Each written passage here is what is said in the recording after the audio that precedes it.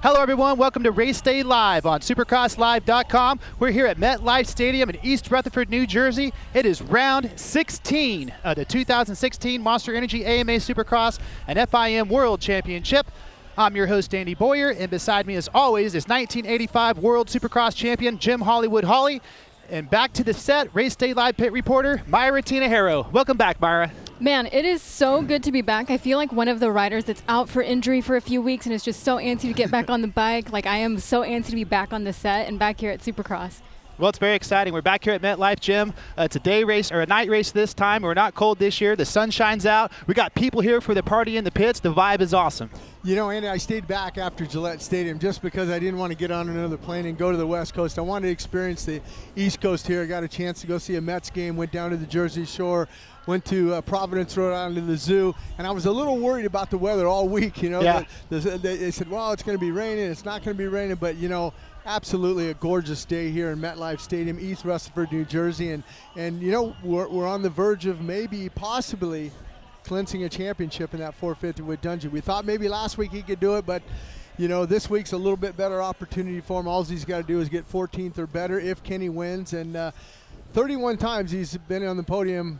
I don't know. It looks pretty good to him. Right, and meanwhile, Ken Roczen's charging pretty good. He got the victory last weekend. What do you think in these last two races, Myra? You think Ken Roczen's going to win out here, or do you think Dungey's going to try to win this thing while he clinches? Well, you know what? I think he's definitely going to capitalize on the opportunity if the win is there, but he's not the type of guy that's going to risk, you know, injury or crashing out of the race and jeopardizing, you know, the championship here at this round if he's able to seal the deal without the win. So, yes, Ken Roczen has been riding very well the last few weeks.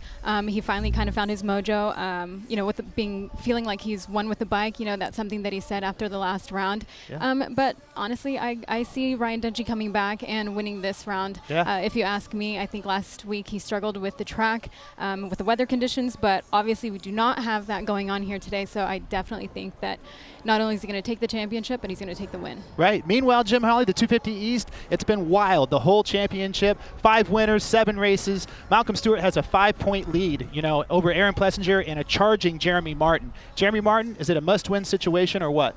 Absolutely. I mean, he's got to win out if he's going to have any opportunities. 14 down, but like we said, we talk about how wild it is. It's even going to get wild tonight here in MetLife. Yeah. But it's also going to get wilder in the next weekend in Las Vegas, May 7th, when the East and the West combined, and the points count for each championship on the West and the East. So you're going to have to, if you're Malcolm Stewart, you want to try to go out here and try to win this one and get as many points as you can, because there's a lot of opportunity for the guys on the West to take away points from you in Las Vegas next week. And there's some spoilers in the mix there too, like Martin Davalos got the victory last weekend. It was a good race last weekend. Mookie was up there for a little while, but Martin got him. Let's go ahead and take the highlights of last weekend.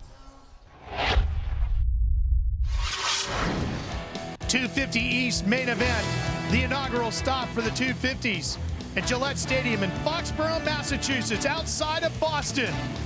Malcolm Stewart came in with a points lead, but a very slim lead by just 1 point. And watch this hole shot by the 64 of Dakota Alex. Shane McGrath would be up near the front as well. And things would get aggressive early on in this one. Malcolm Stewart tries to get to the inside of McGrath. This is for the lead. Martin Davalos won the opening round of this championship in Atlanta. He was looking for more here in Foxborough. Davalos takes the lead. There was a 4-rider battle. All 4 riders closely together. At this point, Martin goes in, makes the aggressive pass on Stewart. That puts him into second. The checkered flag would wave for Martin Davalos, and he would get his second win of the 2016 season to go along with a season opening win in the Georgia Dome in Atlanta. The series moves on now to MetLife Stadium in East Rutherford, New Jersey. So Martin got a victory last weekend, Myra. You know, he's won 2 this season. He missed Toronto, but you talk about spoilers, I think number 49 is a big one in this deal. You know what? Martin put on an impeccable ride last week, and what's awesome for him is that he literally doubled his career wins in one season. You know, so fantastic ride. I think we're going to see some really good things from him tonight. But something that I found really interesting about the East Coast Series as I've been at home watching on TV is that there's not really been anyone that has taken clear domination the way we kind of saw in the West Coast Series. It's anybody's game tonight, and I think there's some guys that, you know, it's kind of do or die time. Unfortunately, we saw Aaron Plessinger kind of get stuck back in the pack last week, and I think this week he definitely needs to, you know, make his way forward. And Jeremy Martin, wow, like his ride last week as well. Like he charged, and you know there was a moment there when I thought he was gonna end up catching Martin. Right, you know, and Malcolm Stewart's kind of in a tough spot. He has a little bit of a cushion, not much. 5 points is. I'd rather have 5 points than no points, but he came off of St. Louis where he crashed 3 times and finished 8th, got in the lead last weekend, and I think he was actually thinking about the championship a little bit, got the arm pump, Jim, and you can attest to what that's like in a racer's head. Yeah, he had to do exactly what he needed to do last week, is probably try to get a win, but like you said, he tightened up, but he did gain points on the guy who was only 1 point going into Gillette Stadium, and that was Aaron Plessinger. He gained 4 on Plessinger. He lost a couple on, Jeremy Martin, by Jeremy Martin finishing up second. So, I mean, I think he was okay after that. And I'm sure that after this, he went back to home. He talked to James. He said, hey, man, I was tense. You know, what were you riding? Because he rode brilliantly in the first like half 6 of the laps. race. He was flying, And then he just tightened up. And but, you know, we'll see what plays out here tonight. He's got to mainly, you know, gain points on Plessinger. And you know what? If Martin's winning, hey, okay, I'll lose 3 more to him. So I'll lose 3 points. I'd rather lose 3 points to a guy like Jeremy Martin and gain 3 points on a guy like Plessinger to give him a little bit more cushion as we move to Vegas next week. You know, with Malcolm Stewart, something that he's always had impressive speed, but something that's kind of stuck out to me is his consistency this year. I think he's kind of matured a little bit more of a rider and shown some consistency, even though he had, you know, some moments with, you know, 3 crashes in one night, but he's still been, you know, on the podium or close to the podium, like pretty much throughout the entire season. So that's really great to see from him. Right, and fastest qualifier. You know, we don't want to say, you know, he hasn't won the most races like Cooper Webb did on the West, but I think Malcolm's kind of been the strong horse on the East.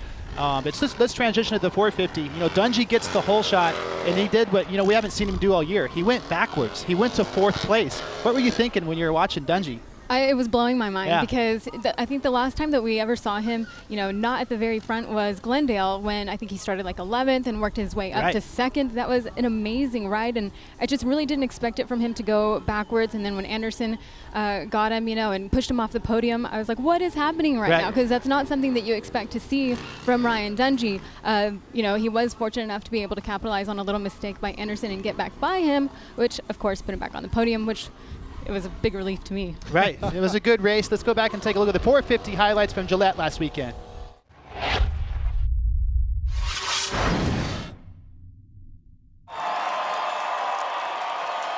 Ladies and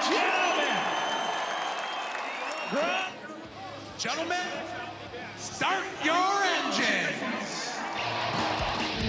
Of course, when you're in Foxborough, Mass, the Gronk has to kick things off. And we all thought it might be the day that Ryan Dungey becomes a back-to-back champion and maybe a 3-time titleist. It looked that way as the gate dropped and he got the whole shot.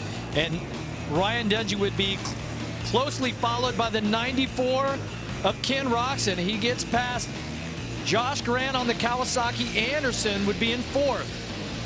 And just like they have in the last couple of weeks, Dungey and Roczen battled for the point. Back and forth they would go. Big crash here. As they make a mistake, Weimer goes down, Barsha goes into him, Tickle goes into him. Big pileup between these 3 riders. Eli Tomac, who was quick early in the day, came on strong in the main event and gets past Ryan Dungey to move him back to 3rd. And wrapping up the title was slipping through Dungey's grasp. Midway through the race, Dungey's training partner, Jason Anderson, on the Rockstar Energy Husqvarna was quick, but then this mistake would allow the champ to go back by and hold on for his 31st podium streak in a row. Ken Roczen keeps the title fight alive with his 4th win of 2016 as he takes the checkers in the inaugural stop at Gillette Stadium in Foxborough, Mass.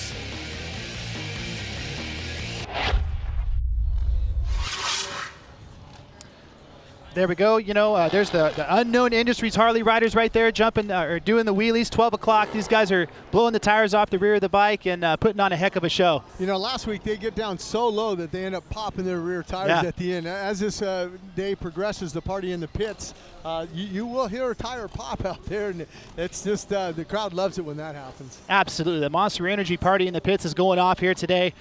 Casey Curry, BJ Baldwin, we got Jack Feld, we got the Unknown Industry guys here. You know, it's a good show. The grandstands are full of people. The people are still pulling in here. It's a beautiful, sunshiny day.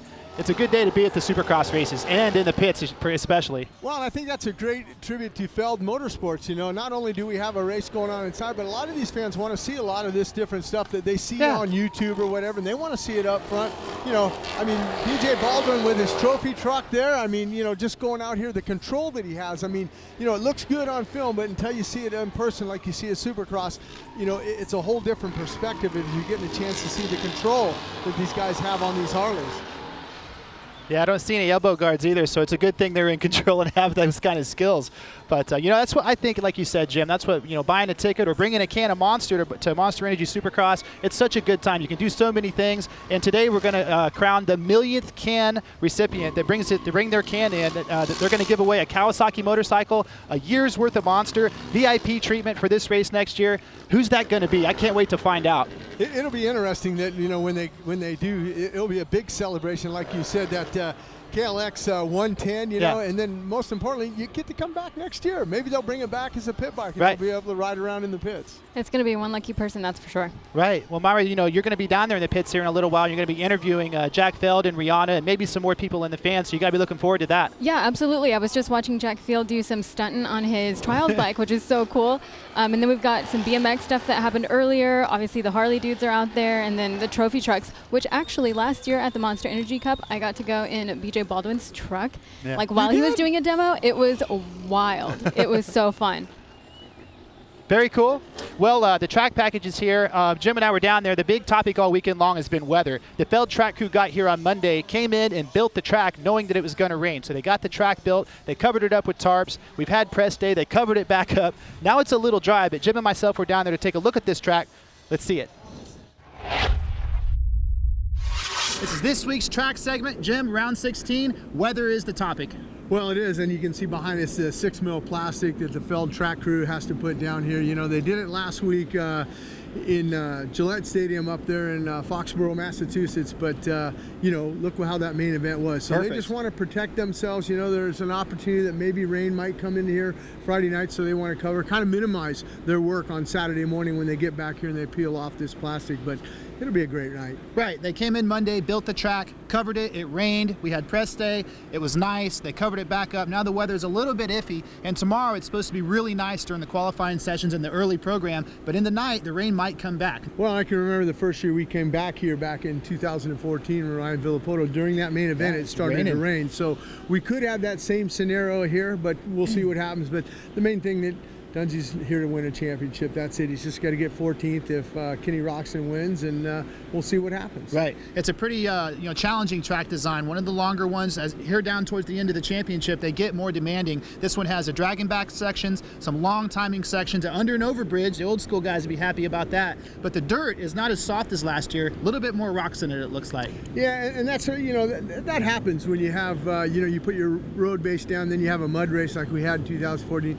The guys scoop it back up, it kind of gets mixed in. But yeah, it's going to be dry and slippery, and I wouldn't be surprised if maybe they add a little bit of water, in between those qualifying sessions, because it is dry underneath here. So the two championships are hanging in the balance. The weather's kind of hanging in the balance, but we have a great track. It should be a great race today. Yeah, so the weather did hold out. The sun shines out. We had a good look at the track right there, but let's take a digital look at the track with this week's Kawasaki track map. Well, you're going to look here, Andy. Short start, Jim. Short, just like Toronto, and you're going to run it down into that left-hander. And right out of that left-hander, you're going to get into an immediate timing section here. And this is going to be key if you're out front.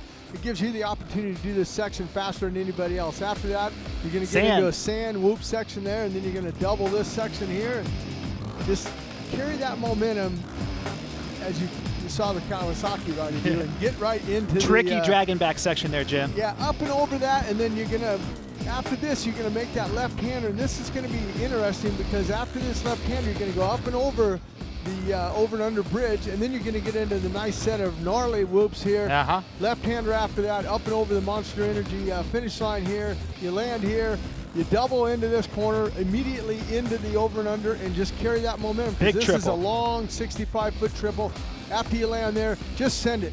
And then you're going to go right back onto the starting line there and left-hander there, and that's a lap here at MetLife Stadium. Well, there's the track in person right there. 250B on track right now, and our buddy Logan Carnow, the fastest guy around there with a 51.9, followed by Joshua Cartwright, Eric Grondel, Van Martin, and John Short. Conditions look pretty good, though. Yeah, they look, I mean, excellent out there. Like you said, with the plastic that they covered, the little bit of rain we had last night really helped out. And I talked to Rich Winkler and the Feld track crew, and they just said, you know what, yeah, we are going to have to add a little bit of water here. And they were putting in water prior to the track walk. Everyone's going, why are they watering before the track walk? I said, well, they got to get the water in sometime. Yeah, it's a lot more hard packed this year. You know, remember the ruts last year, how bad they were, and people were going down and qualifying, and man. Well, and you got to remember that last year was a day race, so you had the sunshine, you had the outside weather. Tonight, it's a night race, so you have to be really careful on how much water you put in, because that water, that moisture will come up once that sun goes down. Then what? Then it could get a little slicky. A little slicky, I say. Exactly. The whoops are pretty big. I saw Josh Grant and a couple of the riders, you know, even Eli Tomac, they kind of stopped and took a little bit of extra time to look at them. They're hard packed. They got a little water on them, Myra, and that makes them pretty gnarly. Yeah, you know, last year the guys were really struggling with the whoops as the night progressed or as the day progressed, and I think it's going to be the same case today. You know, earlier on the track walk, I was trying to take a picture of the whoops to kind of show on the Supercross Snapchat how, you know, big they were. Unfortunately, I couldn't quite get the depth on camera, but man, up close and personal, they're going to be gnarly tonight. Pretty big. That's that sand set of whoops we talked about coming out of that left hand in this timing section as you're going to come into this right hander, and that's that dragon back that we talked about, Andy, right here. There's the big triple. Single jump back onto the starting line there. I love that flat left-handed corner. You know, like I say a lot sometimes the most simplest track design and obstacles produce the best racing. I think that's going to be a prime passing opportunity right there in that flat corner. Well, a lot of these guys that ride Supercross, they're used to 180 turns with big berms Bowls, in them, things like that. You have a flat surface like, you know, a road or whatever. There's nothing to bounce off of. There's nothing to get in there. It is just, you know, technique and riding ability to get around that left-hander tonight. Right here, some guys you're going to see sit down. Some guys will probably stand up. And like you said, Jim, you know, it's a tough task for the Feld track crew.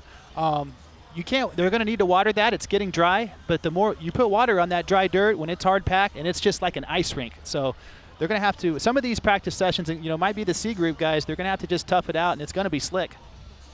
Well, it's a little bit of a science for the guys because, you know, you put the water in going into that first turn. You don't want to put too much where the braking is when you're going into that first turn. So maybe a little bit before that you might put a little bit more, but definitely some of the C groups are going to have to deal with that, and that's why we say, you know, each and every week that, hey, go out there and lay down a fast lap time, you know, get it into the books. And if the track comes around and it's better for you, you can improve on your time, but you got to put in a solid time that first qualifying session.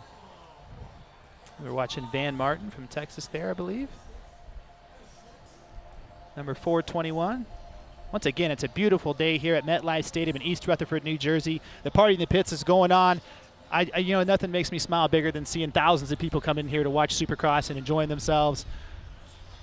It's going to be a good day, guys, and a good night on Fox Sports 1 at 7 p.m. Round 16. Can you believe it? You know, it just seems like we blink our eyes in a flash, and we're at Anaheim 1, and bam, here we are at East Rutherford with it's the penultimate round of the championship. We're going to crown a champion tonight. That's that's not a fact, but pretty close. Yeah, mathematically, you know, there is a shot for Ken Roczen, but you know, Dungey's going to have the worst ride of his lifetime career in order for that to happen. The 250 East, though. Totally different story, man. That's going to be pins and needles. It's going to be there's a lot of pressure right there, you know, especially heading into the unknown with the 250 East-West shootout. You know, and then you got the West Coast boys. They've been sitting. You know, they've been waiting. And well, you know, they're just antsy twiddling their thumbs getting ready for Vegas. Yeah, well, doing outdoors too. Those guys have been working on outdoors already, but they got to jump in and do a little bit of Supercross prep because it's a big deal. That championship isn't clinched either. Cooper has a big lead, but yeah, you know, and then you 16 got, points. Right. Yeah, I mean, he's got a little bit of a cushion, but like you said, anything can happen. And remember, what happened to Cooper last year in Las Vegas? Didn't ride. Didn't make it. Injured. Right. Right. So looks like the checkered flag is out there. Joshua Cartwright, the fastest qualifier in 250B qualifying number 1.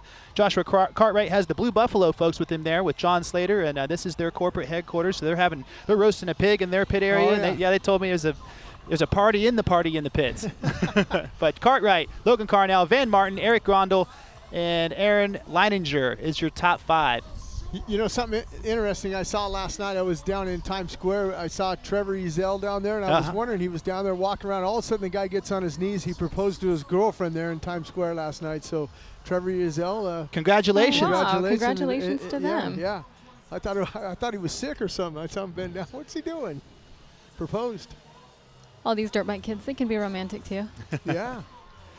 Well, you know, we're getting down to the end of it, like we said, and one of the biggest things all season long has been Fantasy Supercross, Rocky Mountain ATV MC Fantasy. And we talked with Ray Butts yesterday. They're going to give away a Toyota Tacoma, a 450, a 250, just a slew of big prizes. Ray's pretty fired up. It's double points night here. Let's go ahead and take a look at what Ray had to say. We're here with the big guy, Mr. Ray Butts from Rocky Mountain ATV MC. 2016 has been an amazing year all around, but for Fantasy Supercross, it's been a year like no other. And now we're down to the last 2 races. There's a big points lead right there with S. Martin and Blade 107, a 50-point lead. But that criteria, the way you guys have it, it's a double points weekend. Things can really shape up, huh? Yeah, you know, I mean, last couple years, in fact, the double points weekend really had an effect on the top 10. People are shifting up and down. I mean, if you go in and pick, 3 right, that's like getting a 6 point, 6 correct picks any other time during the year. So every year we've seen a huge shift in the lead on double points weekend. Well, the tension level is really high with Fantasy Supercross. That's a big reason for that, is because of these grand prizes. Go ahead and explain the grand prizes again and what these guys are fighting for.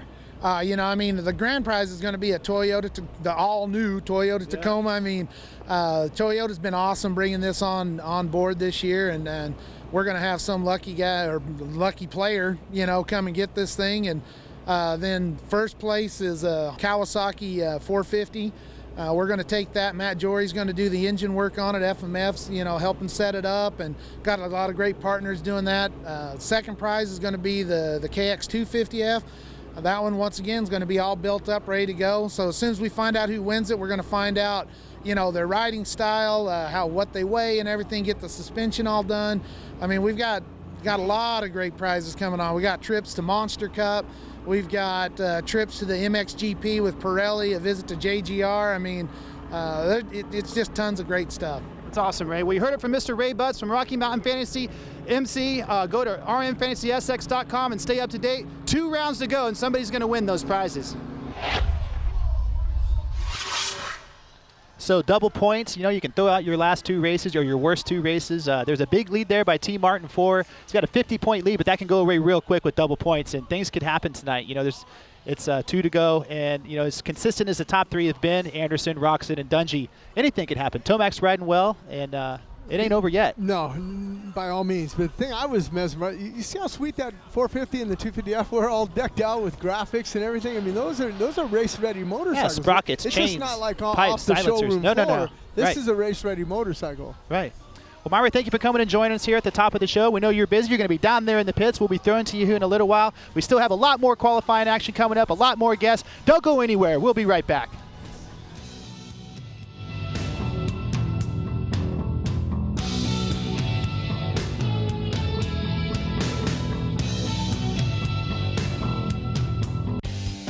AMSOIL. Let nothing stand between you and a great day of riding. Protect your weekend. Choose AMSOIL synthetic lubricants for your bike and your truck. DC Shoes is proud to be the official footwear sponsor of 2016 Monster Energy Supercross. DC, defying convention since 1994. Check out our latest products at journeys.com. Motorcycle Mechanics Institute wants to give you a 2016 Kawasaki Terex 4LE side-by-side. Go to www.winthatride.com to enter for your chance to win. Oakley is proud to be the official eyewear sponsor of Monster Energy Supercross. Follow us at Oakley Motorsports and at Oakley on Instagram and Twitter. Sponsored by Yamaha. From world-leading motocross, supersport, and cruiser motorcycles to ATVs, side-by-sides, generators, and more, Yamaha revs your heart.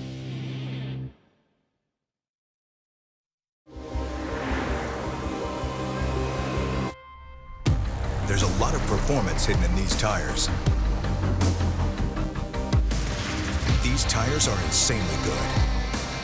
Selected as a Consumer's Digest Best Buy. If this is what experts thought about Cooper tires, imagine what you'll have to say. They're impressive on all surfaces. Put Cooper tires on your car today.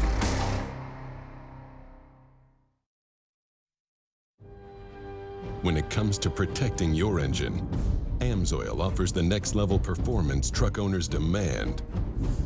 AMSOIL provides 75% more engine protection against horsepower loss and wear than required by a leading industry standard, extending the life of pistons and cams. Give the vehicle you love the above and beyond fortification it deserves. AMSOIL, devoted to protection. Motorcycle Mechanics Institute invites you to text SX to 82257. Enter for your chance to win this 2016 Kawasaki Teryx 4 LE. Again, text SX to 82257 for your chance to win this 2016 Kawasaki Teryx 4 LE.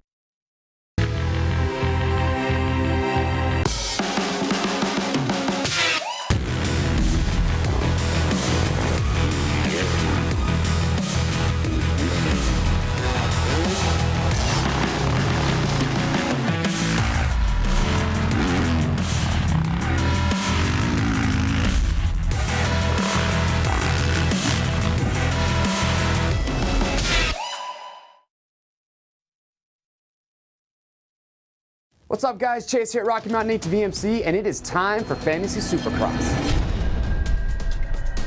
If you played Fantasy Supercross last year, the gameplay for this year is going to feel very similar. However, we have made some big changes to scoring that we think you guys are going to love. For 2016, we'll be giving away over $100,000 in prizes. Our grand prize will be the all-new 2016 Toyota Tacoma. We also have a brand new Race Prep KX450F and a KX250F for our first and second place winners. We have got a ton of other prizes that we're going to be giving away as well. We've also got weekly prizes for our top 10 winners, so if you get a late start to the season, it's not a big deal. You will still have plenty of chances to win.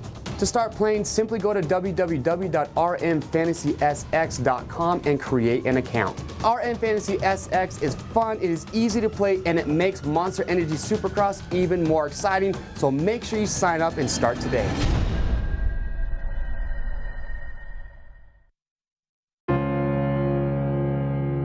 Your journey. To work, to play, to see places you've never seen before. It's not where you're riding, it's who you're riding with.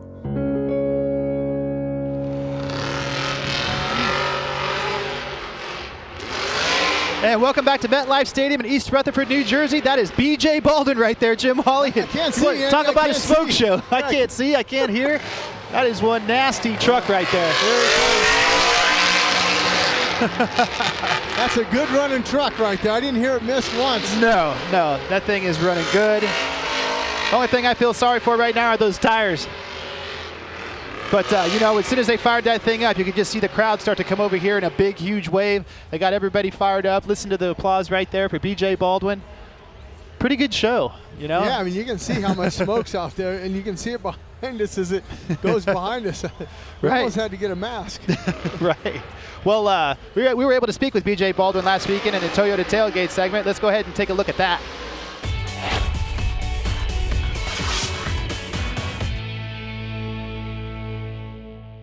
Welcome to this week's Toyota Tailgate Talk. Each and every week we go behind the scenes. This week we're here in Gillette Stadium, Foxborough, Massachusetts, and with the legendary B.J. Baldwin. B.J., always been a great fan of yours. You know, you won a lot of 1000s, the Baja 1000. You've even been in Argentina competing in the Dakar down there. You just wrapped up the Score Championship a couple years ago.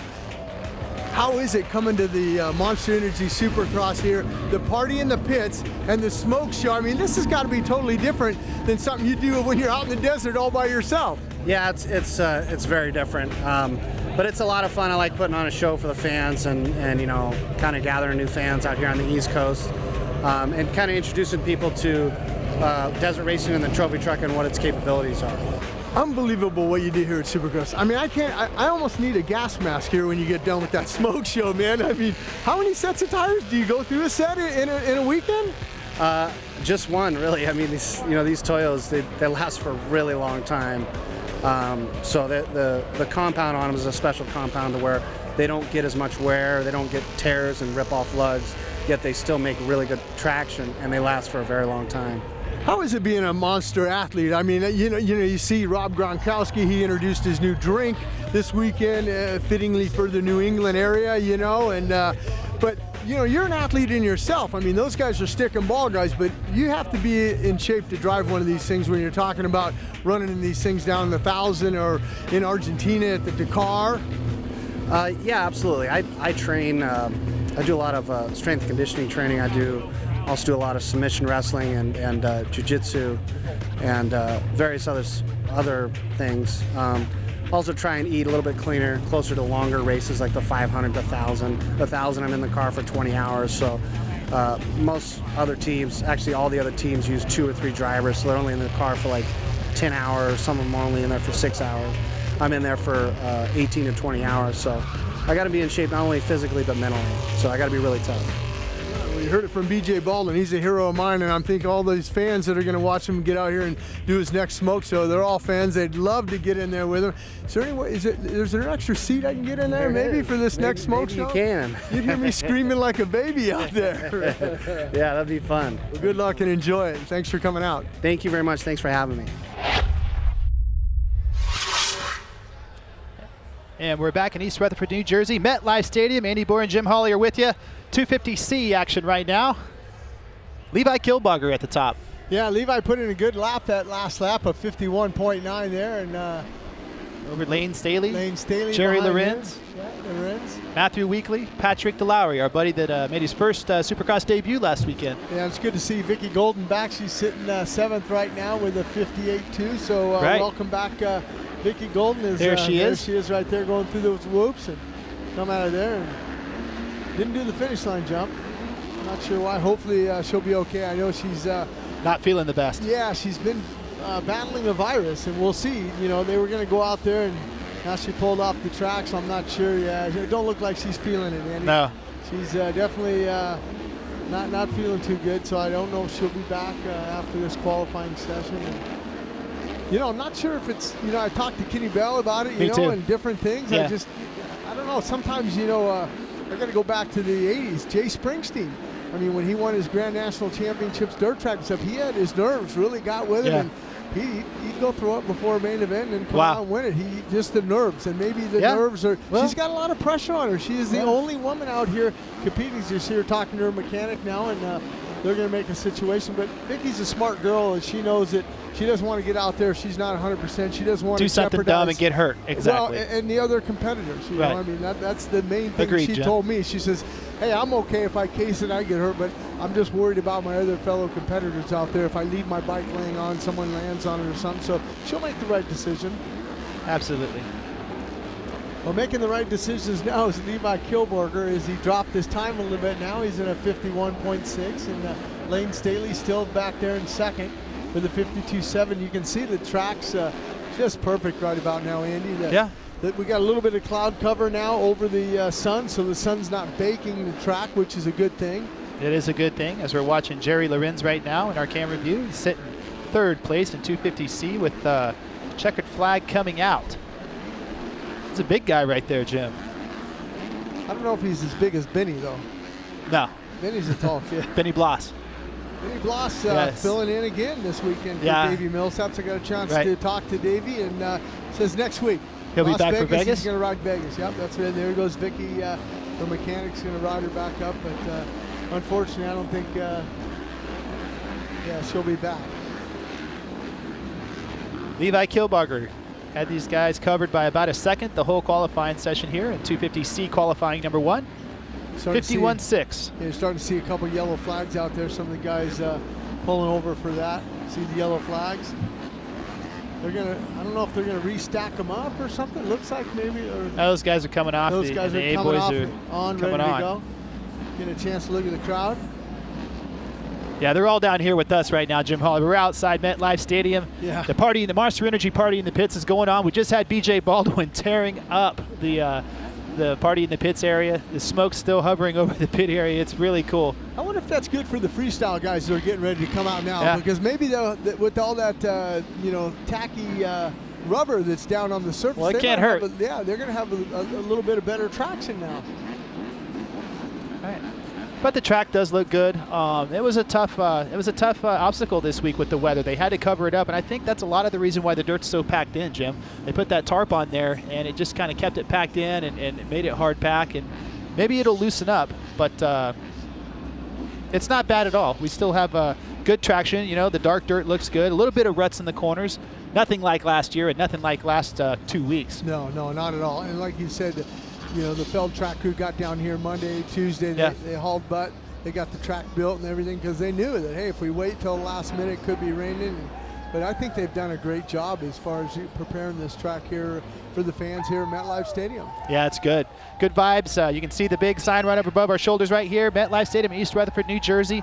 Round 16, we talked about it earlier just a few minutes ago, and it's like a flash. This thing goes so fast. We're like a traveling family. We get to see the same people every weekend. It's been a good time, a good season. Hard to believe we're going to wrap up a championship in the 450 class here tonight. I keep saying that, though, and I need to be careful. Because don't be jinxing it. Exactly.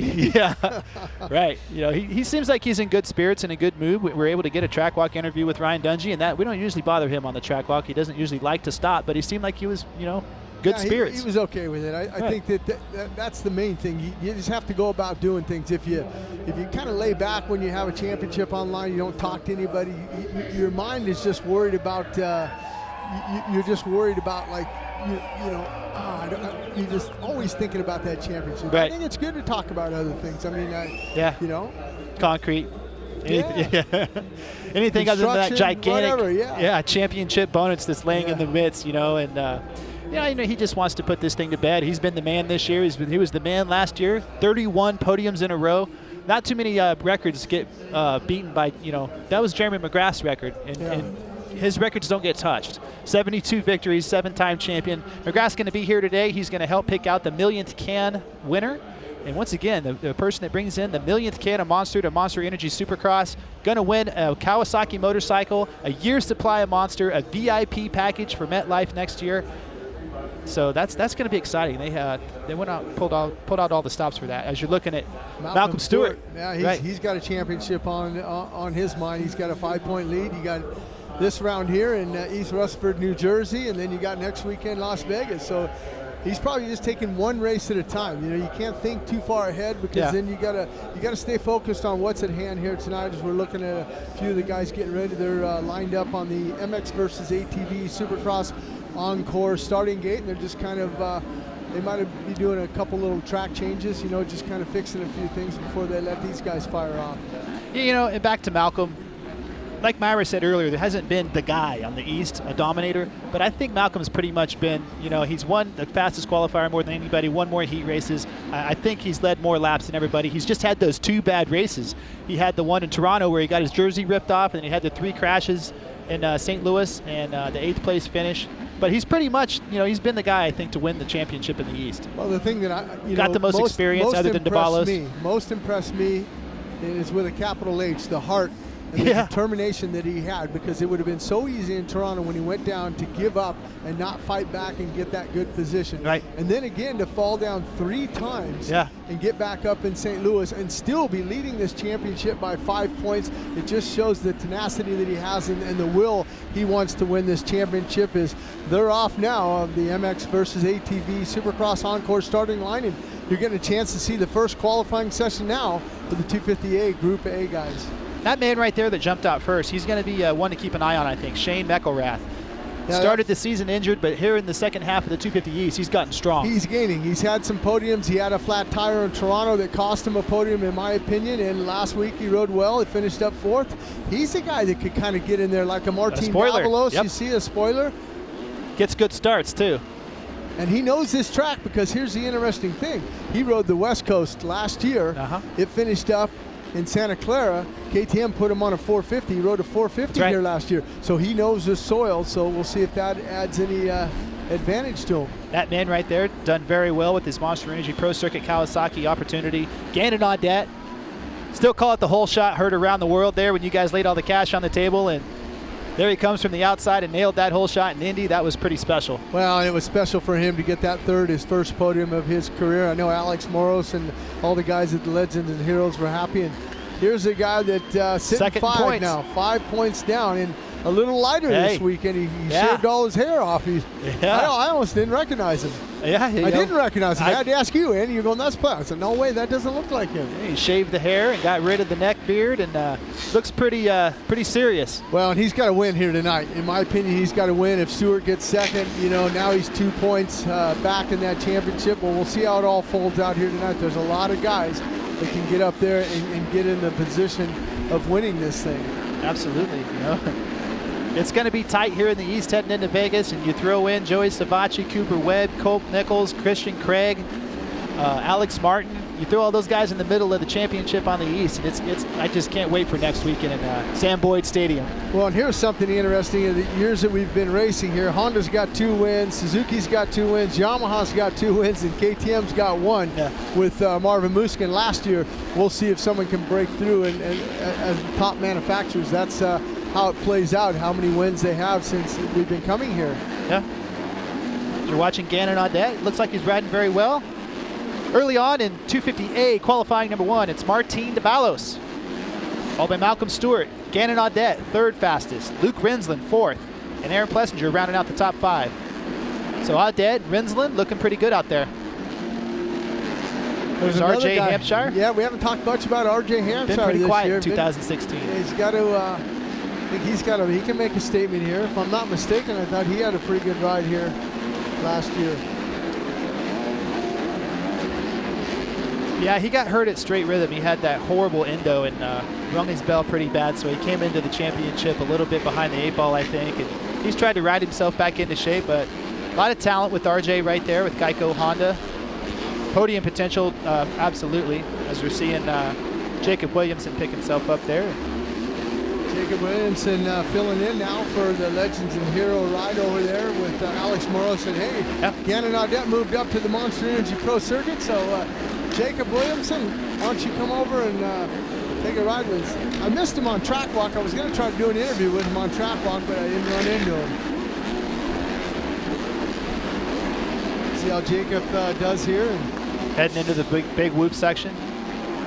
Wow. That's how you go through the whoops right there. Yeah, Martin just flattened them out. 18th last weekend for Jacob Williamson. So good ride for him last week in Gillette Stadium. There's Dakota Alex. Got the whole shot last weekend, but crashed pretty hard. Felt so bad for him. I did too. He collected $1,000 from SupercrossLive.com and he threw it away, but he still got back up there, and I believe he finished up he had still a pretty good ride. 13th. Yeah, not bad, and I know the weekend that was a big crash too. Yeah, to get back up after that just shows you how tough these kids are. Yeah, he doubled the triple on the first lap and then sent the 3rd jump and landed out in the flats, and the front wheel just stuck and sent him over. There's Gannon again. 2 distinct lines through the sand whoop section there. Just kind of cut through it like knife through butter.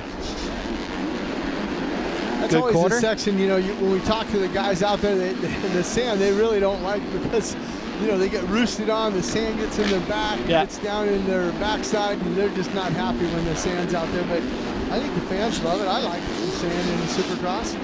I do too. Just one more thing for the guys to think about, kind of throws the rhythm off a little bit. You talk about that free practice there with Martin Davalos. Now it's going to be Malcolm Stewart up to the front with a 48-1, and Martin Davalos had a 49.2 in that free practice. So, each time these guys get out there, they're getting a little bit more acclimated to the track. Yeah, charging the whoops harder, getting through the corners smoother. Probably a couple rhythm sections are starting to get over.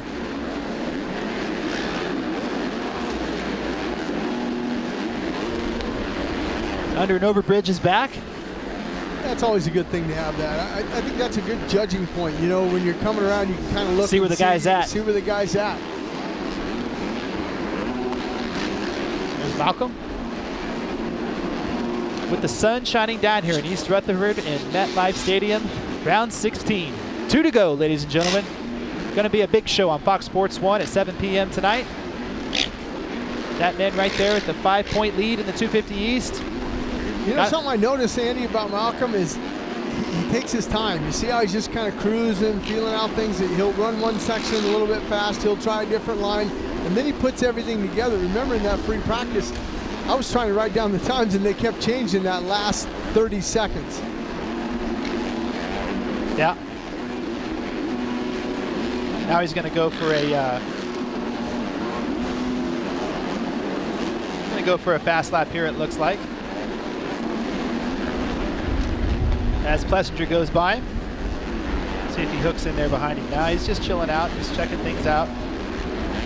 I think that they got a respect for these guys. I mean, we saw a little bit of that on the West Coast, you know, with Webb and the trying to remember the Kawasaki man from Monster Energy Pro Circuit. It was Chris Aldridge. Chris Aldridge. Yeah, he messed with those guys. You know, they got a little bit of you know, getting in the way. Savachi also, you know. So I think these guys on the East are a little bit more, give the guys a little bit more respect and not get in their way, or you know, if they're on a hot lap. That man right there won the heat race last weekend. Hasn't been on the podium yet in 2016. You know, I watched him. Yeah, he's good for that. Six laps, and then I watch him in those main events. It looks like lap 8, 9, 10. It's not that he's not training; he's in shape, but he's just, you know, coming off of a lot of injuries and illness and things like that. It takes a while to get all that stamina to run hard for that last 15 laps in those main events. We talked about that earlier on the West Coast with Christian Craig. You know, it seems like after that lap 10, they were kind of hitting a wall. Yeah. Got about 2 minutes left in this one, though, but Monster Energy Supercross, Jim. You know, it's tough to go 15 laps out there at that kind of pace. It's not like it used to be. You don't just get a good start, put in a 4 or 5 good laps, and then settle in. You got to push. It's a sprint the whole time. Yeah, and pushing right now is Martin Davalos there with a 47.7 for Martin Davalos. Aaron Plessinger with a 47.8 now, moves into second. Now jumping up with a 47.5, Malcolm Stewart. So it's Malcolm Stewart, Davalos, Plessinger, McGrath, Bowers, and Martin. That's going to be your top 6. Right. About a minute and a half to go.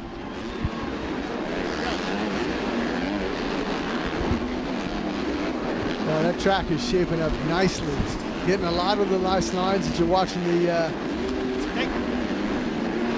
Is that Martin Davalos? Martin right there. Yeah. Going around that first turn here. Let's see how he does this. Double and whoop, double again. Now he's going to triple into that corner here, and he's going to make good that left corner hander. right there. Gosh, I like seeing that. He might be on a heater right now because he saw that number 50 up there on the top of the Monster Energy leaderboard. He says, I got to lay it down right now. 59 seconds to go. Yeah, he's flying. Looks super confident, getting over the rhythms nice and clean. Good momentum through that section. See how he gets through the whoops right here.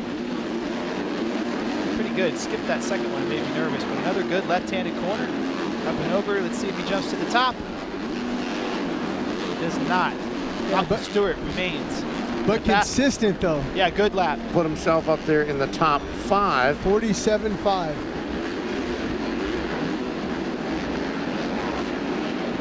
You think I should start writing down some of these times? Do you think maybe they I don't know, change, man. Andy? They jump around quite a bit, but I think that top 3 is pretty solid right there. Malcolm Stewart, Martin Davalos, Aaron Plessinger, Tyler Bauer, Shane McElrath.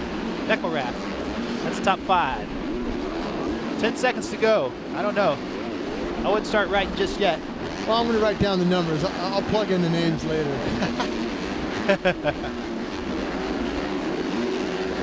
But they're close. I mean, 47.59 and a 47.564.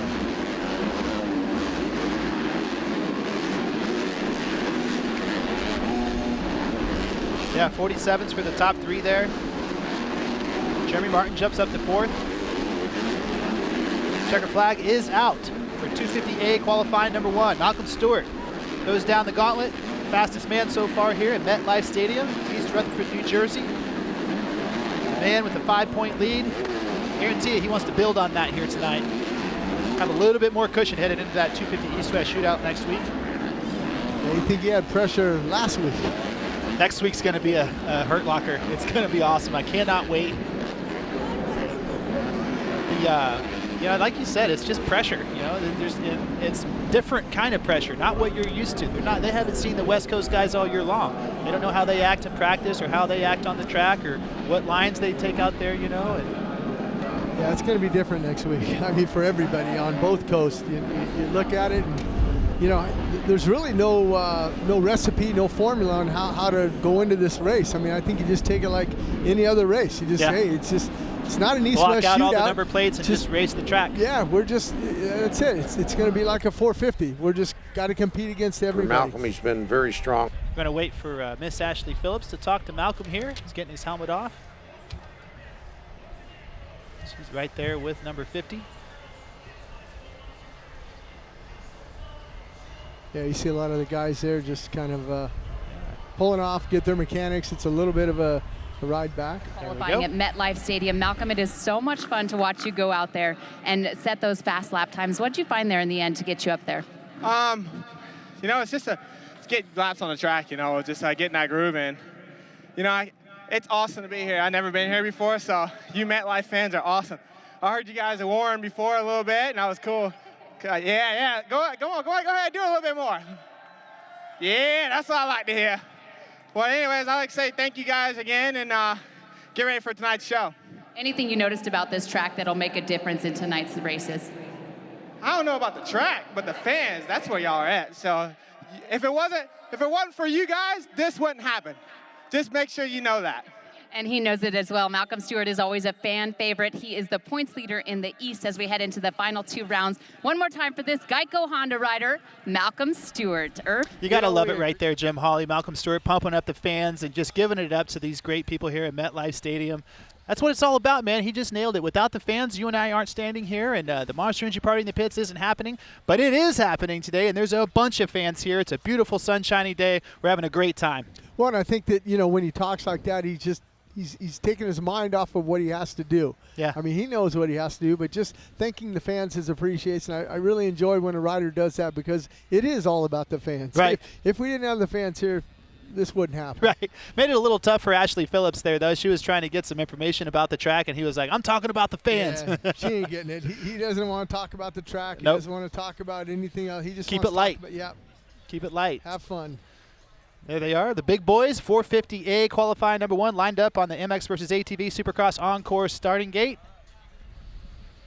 You talk about that first free practice. It was the Lobo, Jason Anderson, with a 48.5. Justin Brayton with How about a 48.7. that? Those two. Yeah. No love lost there. Kenny Roczen with a 49.0. So that was their free practice. Let's see what they do in this first qualifying practices. They're getting ready to line up here on the MX versus ATV Supercross on-course starting gate.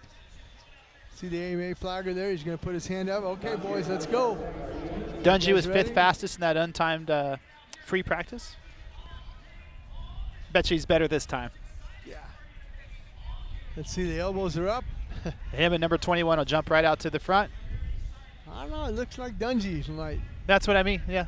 Number 1 and number 21. These guys here, they practice together each and every week, and they raced together last week, and we thought that Anderson was going to have another podium, and Dungey was going to break that streak, but he's got 31 podiums, if you can believe that. Consecutively going back to Anaheim 1 in 2015. That just blows my mind away, the consistency that he has. Just, you know, it's funny. Try to think about pictures of Ryan Dungey without the red plate. Try to think of one. I mean, think about it if they had the points and you got to throw out a bad race. This guy's been on the podium. What's he going to throw away third places? Yeah. Right. Look at Marvin there, though. Come on, Marvin. Look at the Dunge. Oh, see, now that's what I talked about. That was key, what Ryan Dungey did right there for the people at home and that are watching Race Day Live. We talked about the whole shot, how important it is, because if you can get a good clean shot and do that timing section, look at the gap that you have already. And I guarantee you, if we go down and talk to him, that's what his mindset was. I just want to see if I can get into that first turn with all these guys around me, and if I can jump something. Look who's right behind him, though. Is that Tomac? We'll find out here before too long. And Tomac, another guy, great ride last weekend. Told me he figured out something on the front end of the bike, Jim Hawley, and it made an immediate impact in the way he was able to get into the corners, trust that front tire in that Monster Energy Kawasaki. Tomac, the defending race winner here at MetLife Stadium. Well, and I thought it was interesting after the podium last week in Gillette Stadium in Foxborough there that him and the whole crew went over and looked at the whoops, because even though he finished up second and he had a good ride, he wanted to show the engineers, he still wasn't really happy with the way the bike was performing in the whoops, and we'll see if he made a change, and maybe that'll help him this weekend. He's only got one win, Daytona, this year on the season in 2016. I know that he wanted to have more than that. 2 podiums. Yeah. Really expected a lot more at a number 3, but might be a long summer for the boys once Tomac gets out there and gets out of 3rd gear, you know. Well, Tomac's up front now with a 47.6. Dungey with a 47.8. Better than Dungey. Every once in a while, I kind of see like looks like a green fender behind Dungey, just kind of falling. Dungey came up a little short there. Yeah, it is Tomac. Creeping in there. Tomac's doing what he needs to do. Hey, this guy's leading the championship. I need to follow him and see some of his lines. Do what he does and do some other things a little better. That right-handed corner. I love it when Tomac keeps his feet on the pegs around the corners. Carries so much momentum. And he's like he's on rails at that point. He's confident, man. Dungey's going to let him go. Yeah, go ahead. Let me follow your lines now. You won here last year. I remember when Dungey passed into the lead last year. He passed Cole Seeley on the outside, standing up on the pegs, just went right around him. Cole Seeley had a good ride last weekend. Coming from dead last up to 7th. Yeah, great ride for him. Tomac looks very confident right now. Well, that section right there, that 3 and then 1 as he goes into the sand whoops right there. I like that little wall jump there. That kind of slows him down right there. They got to kind of keep focused on that as we're keeping our focus on ET3. Triple, double into that corner. Standing up. That's what I talked about earlier in the show, that corner after the triple, when you send it, he might stand up around that corner too.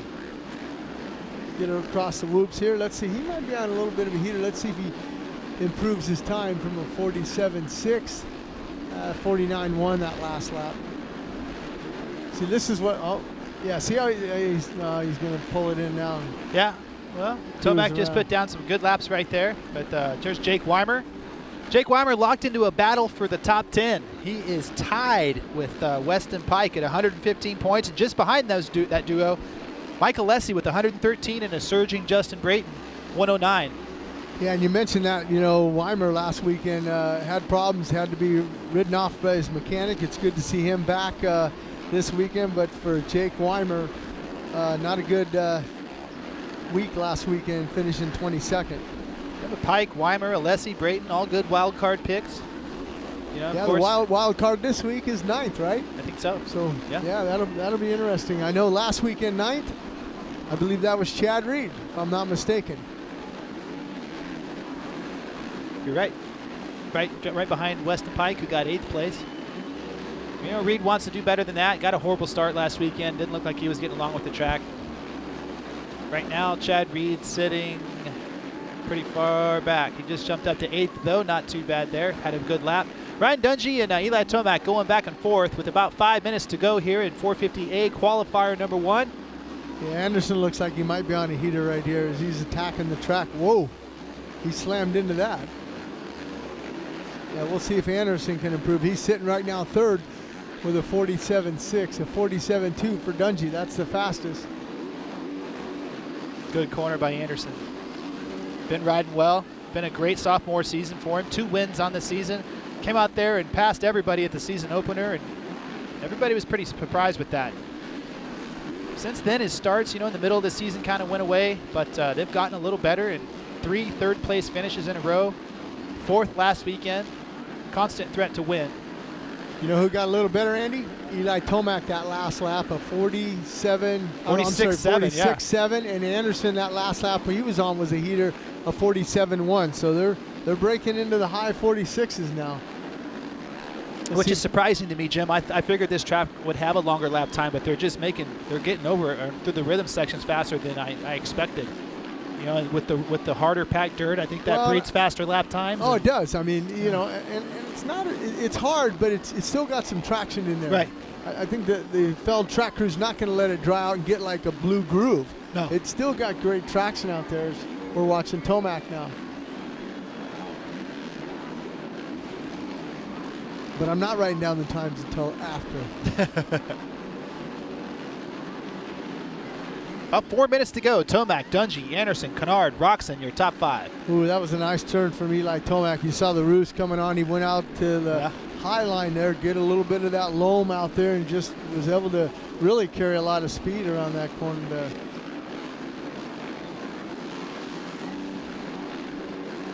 Looks like Vince Freese right behind him there, number 55. Yeah, Tomac, you know, he said they made a definite switch on the front end of that motorcycle last weekend that had immediate results. It was clear as day. I asked him specifically, he said, well, we fixed something on the bike. I said, well, front or back? He said, definitely the front.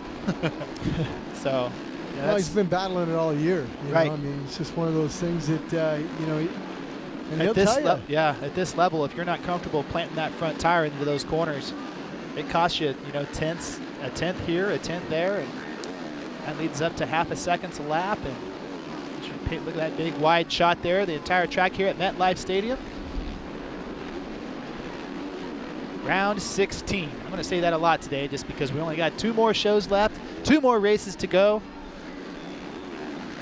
It sure does go by fast.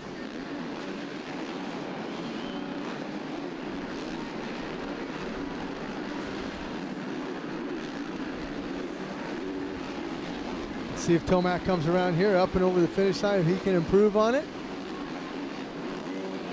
46.73, yeah. Yeah, picked it up a little bit. He's got 2 tenths on Ryan Dungey. There's Dunge right there.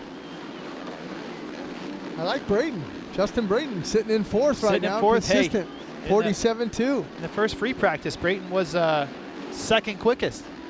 Brayton's been riding well. That man right there, number 1, on the verge of his 3rd career 450 Monster Energy Supercross championship. The first one he's defended. They always say defending these things is twice as hard as winning one. And he's put in a yeoman's effort and earned this one on the whole way. Been aggressive, started well. And it's been a while. I mean, not a while since he's won his first one. You got to go back to 2010, and then he won last year in 14 and 15 rather. And he's backing it up. And that, like you said, Andy, that is the hardest thing to do. And if you look at the run that Villapoto had, 4 in a row. Yeah, that was huge. Yellow flags. Oh, one of the riders down there. Looks like he's up and okay. Yeah, he was actually directing traffic out there, holding his hands up, said, hey, there's a bike down here still, guys.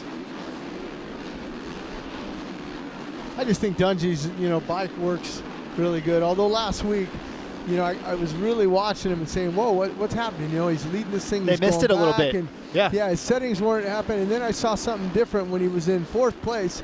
He changed his riding style. He had to ride to the style of what that motorcycle was. What the setup was. Yeah. And then he got comfortable again, and then he was able to run down Anderson back. Right. Brilliant observation there, Jim. But that's the mark of a true champion. He didn't lose his head out there. He didn't go, this bike's not working, this, that. He said, look, I have to got to ride it different. Yep. I want to keep my podium streak intact.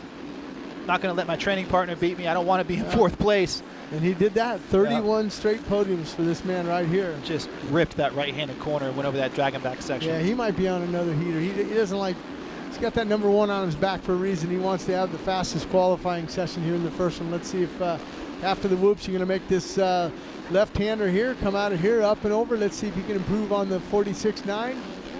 And he does. It's a 46.8. Just a little bit faster. Hey, there's my buddy, Trey Canard, up to 3rd.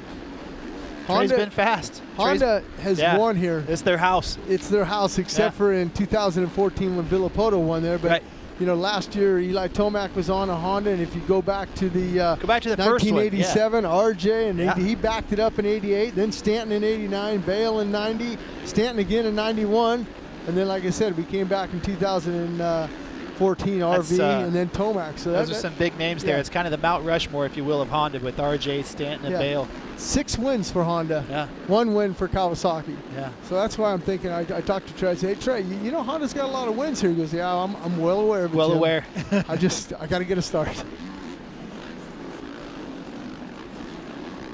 think I can write down the times now, Andy? I wouldn't. I'd wait a little longer. Still? Checkered flag is out. As they sit right now, Tomac, Dungey, Canard, Anderson, and Brayton, your top 5. Brayton riding well today, been riding well the last couple weeks. Kind of funny, him and Anderson right there in 4th and 5th. It's when you're having a beef with somebody, it just seems like you stay glued to him. You're right there with him in qualifying. He'll probably be battling with him in the heat race. They'll be in the same heat race, and probably count on that number 21 and number 10 seeing each other quite a bit in the main event too. Kenny Roczen, 6th fastest there. Doesn't quite. Not bad for him. AMA Supercross and FIM World Championship on the Monster Energy Kawasaki, the number 3, Eli Tomac, fastest qualifier today, 46.7. I believe the final time, and man, you made short work of it. And I have to admit, the team and you came together only a few weeks ago, and we have seen the results as a team and as a rider to get those times down. Yeah, right now we're feeling it out there, and it's a good track. There's some different rhythm combos, some good ruts. The dragging back's fun. That time I was able to get out there and get clean laps in, and that's what's important on that qualifying. So yeah, we did it. You know, so late in the season, and the team going out to where you live in Colorado and really putting some pieces together, not for the outdoors, but still to make a mark here in the Supercross season. You got to be happy with the results. Yeah, we're coming around now. The beginning of the season was a little bit rough here and there, so we're just trying to come out swinging for these last couple. Man, it'd be great to get a win for the Monster Energy Kawasaki. Let's give it up for the number 3 and fastest qualifier thus far here at MetLife for Eli Tomac. So we just heard from Eli Tomac right there. He was the fastest qualifier in 450A qualifier number 1. Got a lot more qualifying action come up. We have the Monster Energy Party in the pits going off right now. The smoke show's killing it. We got a huge crowd here at MetLife Stadium. A lot more coming up. You guys don't go anywhere. We'll be right back. AMSOIL. Let nothing stand between you and a great day of riding. Protect your weekend. Choose AMSOIL synthetic lubricants for your bike and your truck. DC Shoes is proud to be the official footwear sponsor of 2016 Monster Energy Supercross. DC, defying convention since 1994. Check out our latest products at journeys.com. Motorcycle Mechanics Institute wants to give you a 2016 Kawasaki Teryx 4LE side-by-side. Go to www.winthatride.com to enter for your chance to win. Oakley is proud to be the official eyewear sponsor of Monster Energy Supercross. Follow us at Oakley Motorsports and at Oakley on Instagram and Twitter.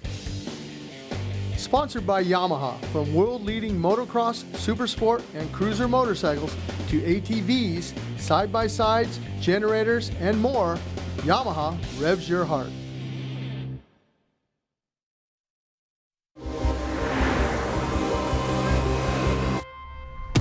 There's a lot of performance hidden in these tires. These tires are insanely good. Selected as a Consumer's Digest Best Buy. If this is what experts thought about Cooper tires, imagine what you'll have to say. They're impressive on all surfaces. Put Cooper tires on your car today.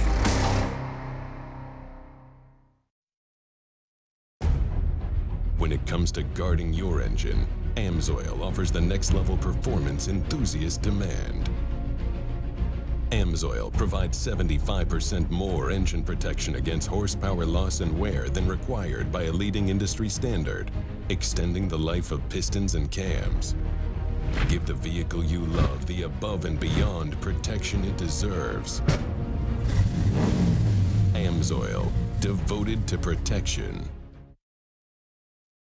We're for guys who like to make things go faster, higher, farther. Guys who want to be the top tech, get the W, and stand on the podium. Teams want you. Riders need you. Because without you, the bike stays in the pit, and championships aren't won. Top motorcycle manufacturers help build MMI's programs so you can get the education you need to achieve success. That's why top teams hire MMI grads. We're for success, your success. Motorcycle Mechanics Institute. To learn more, visit mmitech.edu.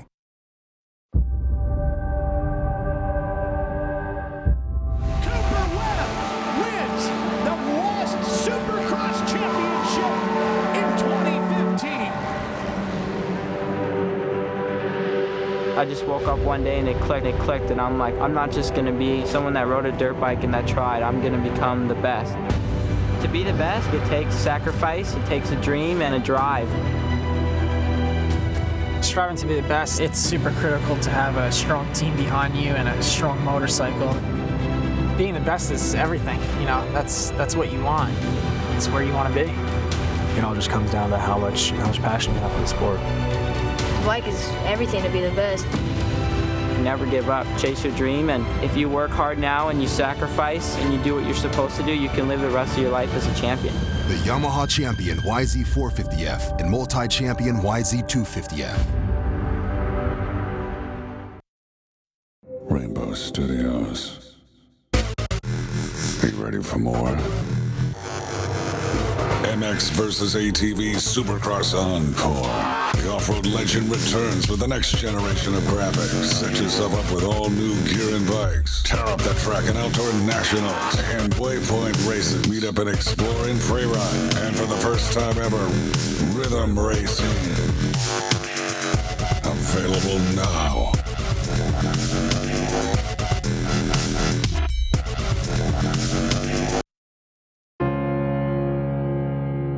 Your journey to work, to play, to see places you've never seen before. It's not where you're riding, it's who you're riding with.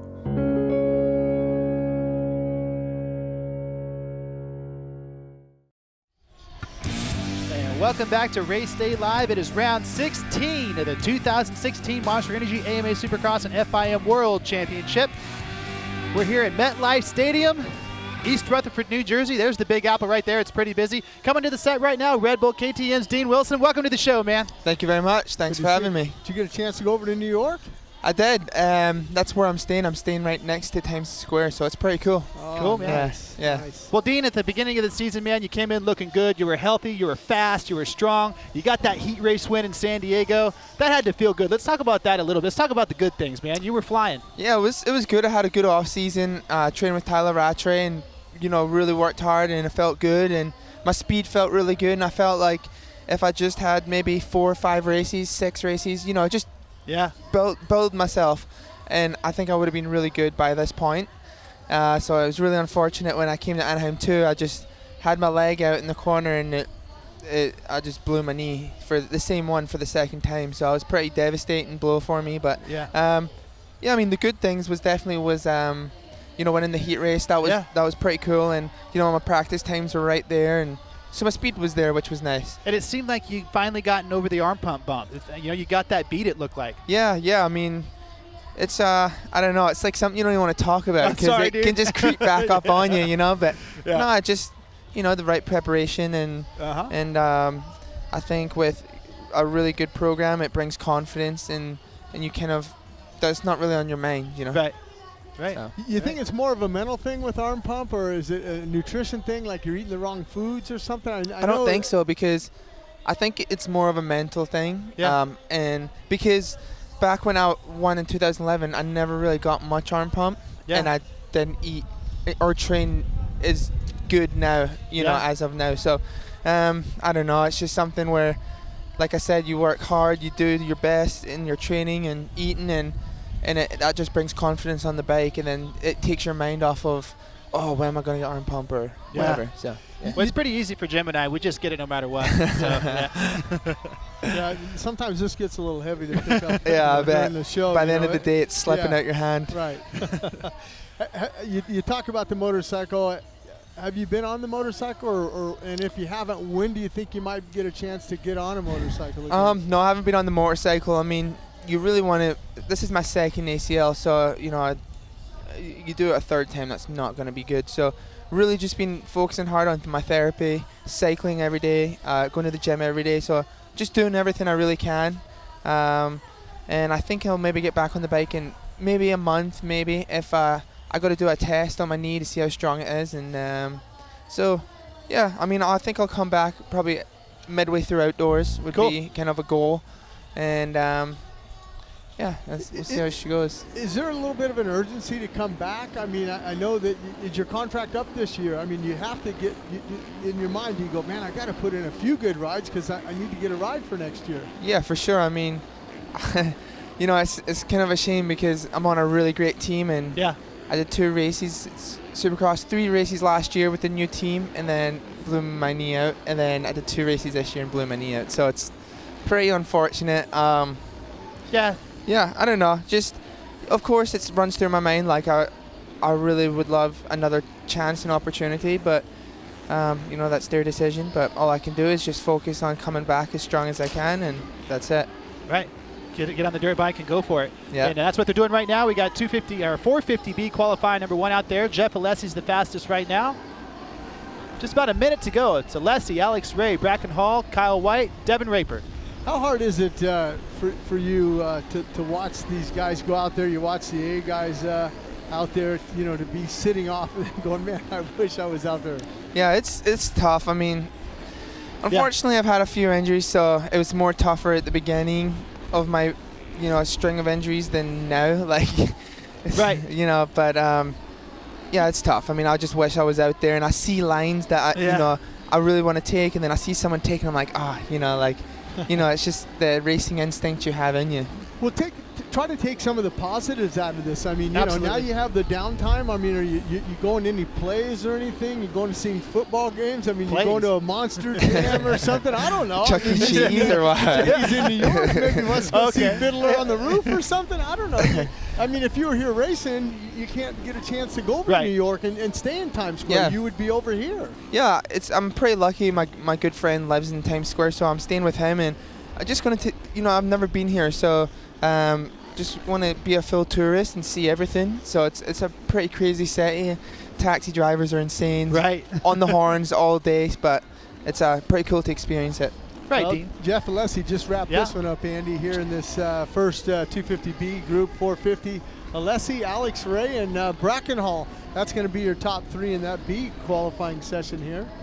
Yeah, but Dean, it's good to see you smiling, man. I kind of wanted to go back and talk about that 2011 season. You won the 250 Outdoor Championship. You've won heat races. You've proven yourself on a 450. You have the talent, and I've said it all along. If you can go out and prove you can win races, win heat races, you're going to have a ride. The phone will be ringing. I know you're excited to get back on the bike and prove it. You know, you're a really determined guy. I follow you on social media. I know you still got the hunger and you still got the fire. Yeah, for sure. I mean, since 2011, obviously that was my best year. It was my second year as a professional, and ever since then, it's, you know, I've been in the lead in Supercross, then gotten injured. The next year got injured.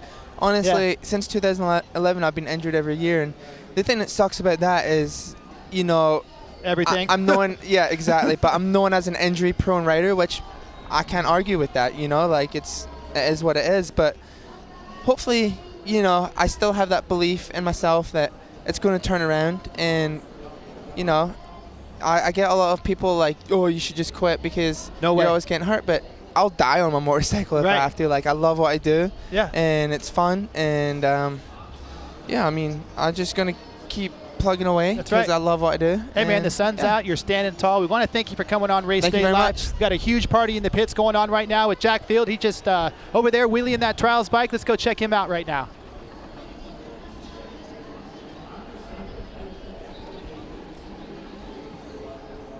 Right, so Jack just, that's him, and Jack just had a birthday right now. And celebrated in New York. What a great way to experience that. Yeah, that was cool. You know, he can do some amazing things on that trials bike for sure. Dean, you have a trials bike? I mean, you ever? Yeah, that's what I was going to say. You know.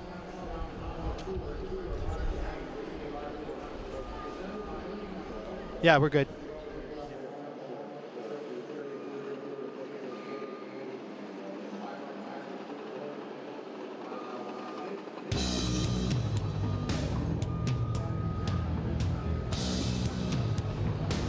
That motorcycle. We can backflip that thing. And he does some of the best stoppies I've seen anybody do on any bike. Gets that thing up to top speed, grabs the front brake, and yeah, we had a chance, Andy, yesterday in the show-off to really kind of look at that motorcycle. It's trick. It's water-cooled. It's a two-stroke. It's got a little fan in there I thought was interesting to cool the motor, you know, as he's going out, because he doesn't have the speed to cool to get the air through the radiator there. But it was amazing. There's that backflip that we talked about, and just crowd goes nuts. There's a big crowd here at the Monster Energy party in the pits. I bet he could do a backflip and drink a Monster Energy drink. You know, that's how good Jack is. Mad skills right there. One of the coolest things I've seen him do is just kind of wheelie over the barricade right there like no big deal. Rihanna's got some trust in him there. You can just absolutely. One more. I think he's going to do one more maybe. They've had a lot of fun this year traveling together through most of the rounds of Monster Energy Supercross.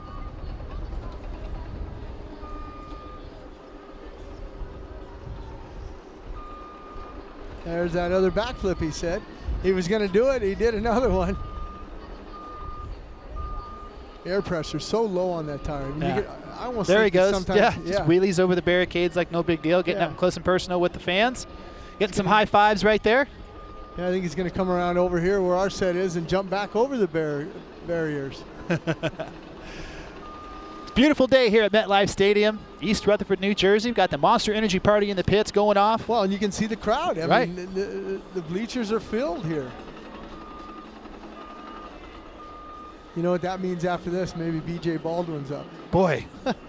You know, I've always, we've had the Monster Energy party in the pits and BJ Baldwin's mega horsepower truck.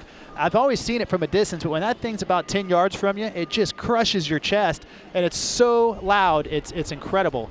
But, and of course the smoke and stuff is, it was coming over the set and stuff. You can see Jack ride by right now. Yeah, is he going to come up on our set? You going to come up here, Jack? He might do it. Uh-oh. I know. No, be careful what you wish for there. I know. But we got a lot more party in the pits action coming up. We have a lot more guests. Second rounds of qualifying, everything. Stay right here. We'll return. We'll be right back. AMSOIL. Let nothing stand between you and a great day of riding. Protect your weekend. Choose AMSOIL synthetic lubricants for your bike and your truck. DC Shoes is proud to be the official footwear sponsor of 2016 Monster Energy Supercross. DC, defying convention since 1994. Check out our latest products at journeys.com. Motorcycle Mechanics Institute wants to give you a 2016 Kawasaki Teryx 4LE side-by-side. Go to www.winthatride.com to enter for your chance to win. Oakley is proud to be the official eyewear sponsor of Monster Energy Supercross. Follow us at Oakley Motorsports and at Oakley on Instagram and Twitter. Sponsored by Yamaha, from world-leading motocross, supersport, and cruiser motorcycles to ATVs, side-by-sides, generators, and more, Yamaha revs your heart.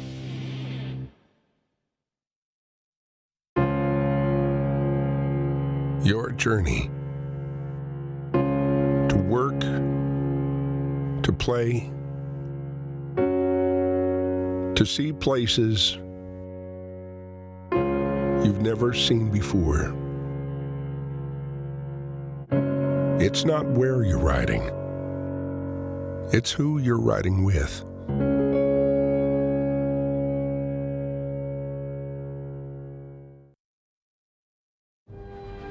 When it comes to protecting your engine, AMSOIL offers the next level performance truck owners demand. AMSOIL provides 75% more engine protection against horsepower loss and wear than required by a leading industry standard, extending the life of pistons and cams. Give the vehicle you love the above and beyond fortification it deserves. AMSOIL, devoted to protection.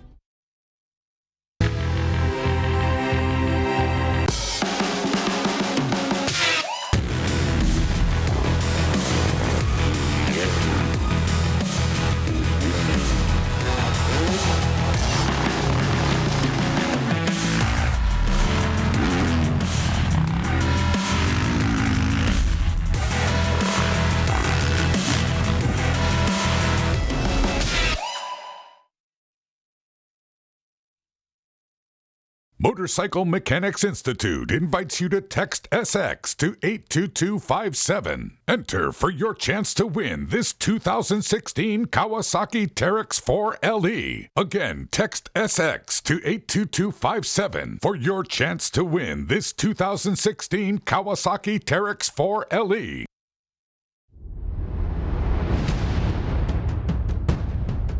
Get ready for RM Fantasy SX, the ultimate Monster Energy Supercross Fantasy Challenge from RockyMountainATVMC.com. We're giving away over $100,000 in prizes, and it's completely free to enter. Top season prizes include a brand new 2016 Toyota Tacoma, round-trip tickets with hotel to fly you and a guest to Rocky Mountain ATVMC to pick up your brand new customized FMF, KX450F, or KX250F. There's also a VIP trip for two to see the 2016 Monster Energy Cup in Las Vegas. 4th through 10th place season winners will be awarded prizes from Pirelli, GGR, Dunlop, Alpine Stars, DC, and others.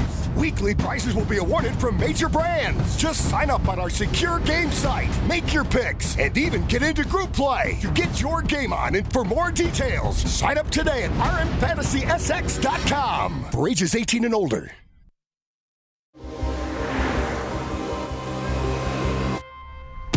There's a lot of performance hidden in these tires.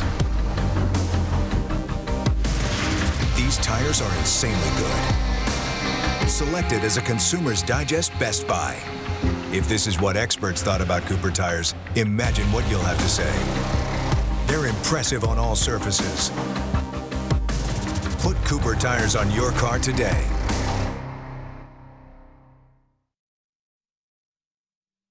And welcome back to MetLife Stadium here in East Rutherford, New Jersey. The Monster Energy Party in the pits are going on. Our Race Day Live pit reporter Myra Tinajero caught up with Jack Feld. They're right here beside the set. Let's go down and see what they have to say.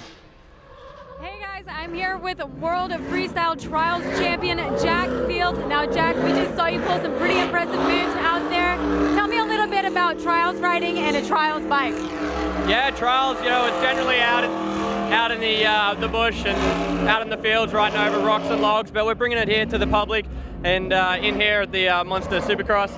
And we got a few jump box out there, mixing it up a little bit, doing a bit of freestyle tricks and a bit of BMX as well on the trials bike. And it's just a whole lot of fun. You're definitely keeping the crowd entertained here at the Monster Energy pit party, but tell me, what's your favorite stunt to pull for these guys out here?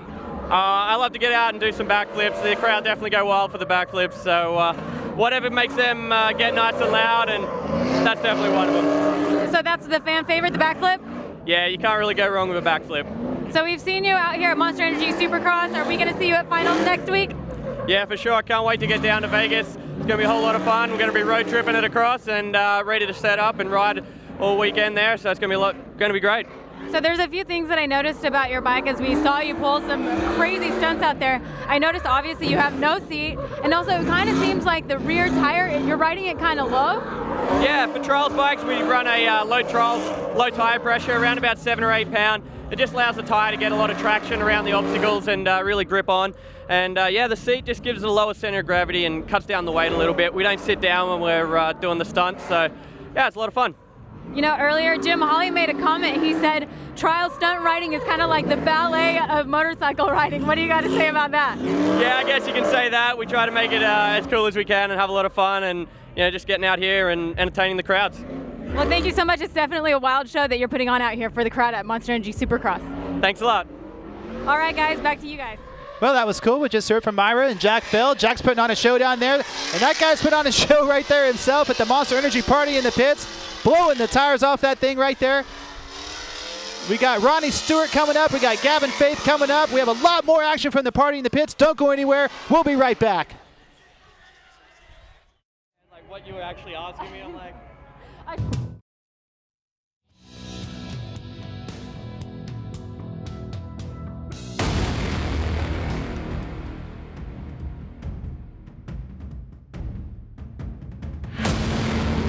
Prepare yourself for a new category of off-road vehicle. Because everything you thought you knew about the world of sports side-by-sides is about to be redefined.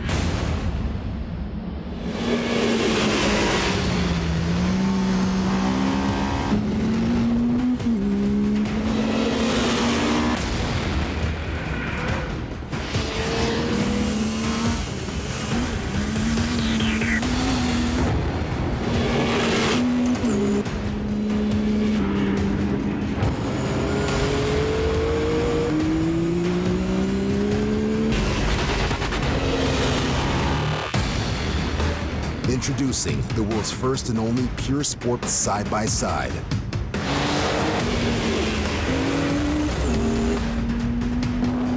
The all-new YXZ 1000R from Yamaha.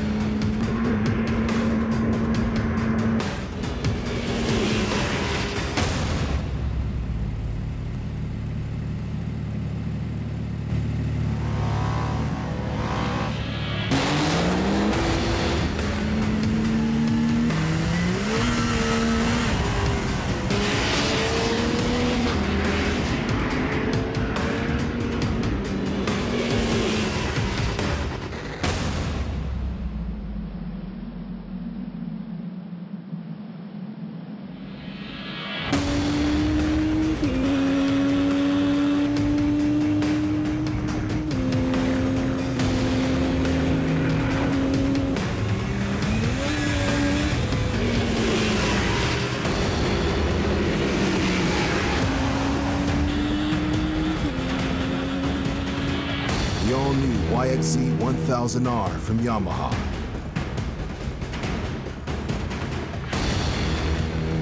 The world of off-road sports side-by-sides has shifted forever.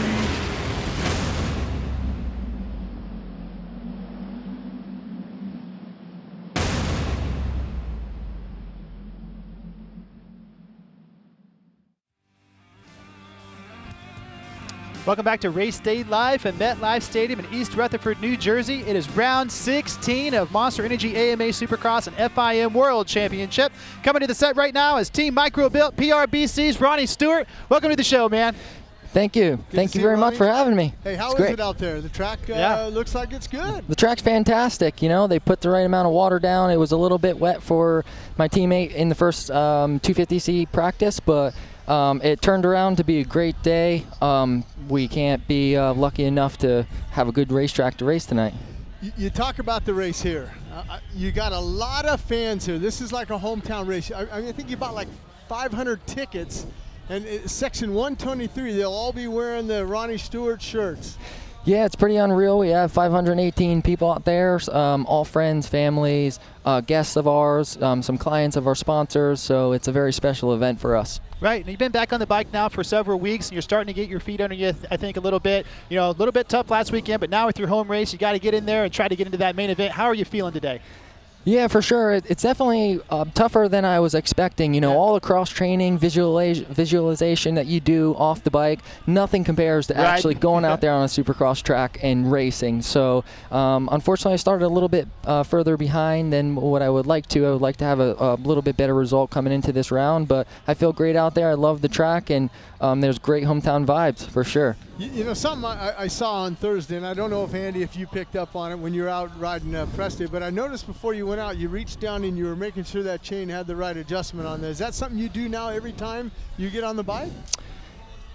Yeah, I would say it's probably, it's something I'm trying not to obsess over. I don't want it to affect me mentally, but it's something that I definitely check. You know, that was the reason why I ended up crashing and injuring my wrist. So it's something that my mechanic and I collectively keep a real close eye on.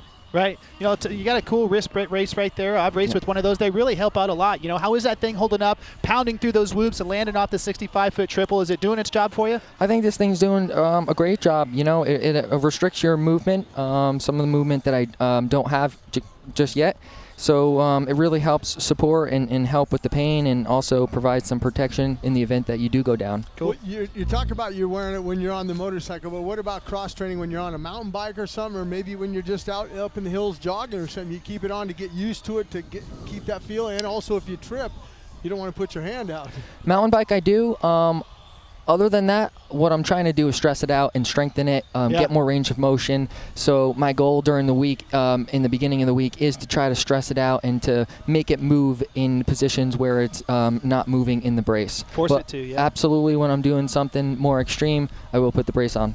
So what's it like having that many friends and family here? I know when I was racing, sometimes, you know, I was pumped to have people come watch me, but then I was like, okay, when I'm at the races, kind of stay away. You know, I know you're here. Thank you for cheering. I want to hear you, but does it make you nervous, or is it more power to your attack? It's interesting. Historically, I've had my best results here. Yeah. So I guess I respond well to the pressure.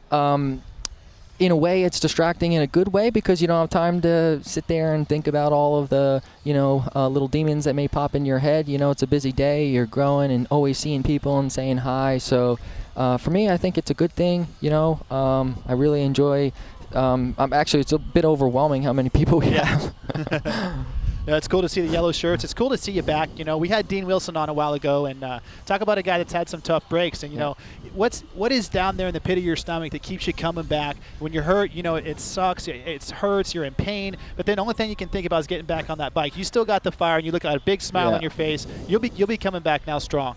Yeah, it's a question that definitely when you're really hurt, it's. Sometimes you question that, that it's just a dangerous sport. You talk about, there's a lot of people that say, motorsports, it's a love-hate relationship. Yeah. But at the end of the day, it's something that all of us at the top level has dedicated our whole lives to, and we put a lot into it. And with that, there's a short window of being a professional motocross athlete. Yeah. So you really look at the big picture and say, hey, I don't have this opportunity very long, so let me do the best I can. That way I could live the rest of my life knowing that I didn't leave any stones unturned. I really gave it my all. But if you get to the point where you're just, not feeling that the chance is worth it, and you're just not willing to do it, then, it's up to you. But for me, I feel like I have some unfinished business. Definitely feel like I can go out there and do better than I've done historically. So, for me, it's an easy answer to get back out there, to stay positive. But it's really tough because at any point in time, this sport can just nail you to the ground. I mean, it's just it's a great metaphor for life because life is very challenging, so that's good in that respect, but it's a very, very difficult sport. Yeah, fall down 7 times, get up 8, right? Absolutely, absolutely. Something different this year also, you're married now. Last year you weren't married, you got married in the off season. I'm not married yet, but I'm going to be married. Right. I'm getting married September 17th. Cool. So cool. Congratulations. Thank you very much. That's awesome. Yeah, I'm right behind you. I got engaged 2 or 3 weeks ago, so I'm not fully haven't gone through the whole deal, but I can't wait. Congratulations on that. But you too. Yeah, thanks, man. It's pretty awesome. It's about time to grow up and make something of myself, I guess. But yeah. But hey, man. You got 2 more rounds. So you got this one here this weekend. You got to get that bike in the main event. Then you got Las Vegas.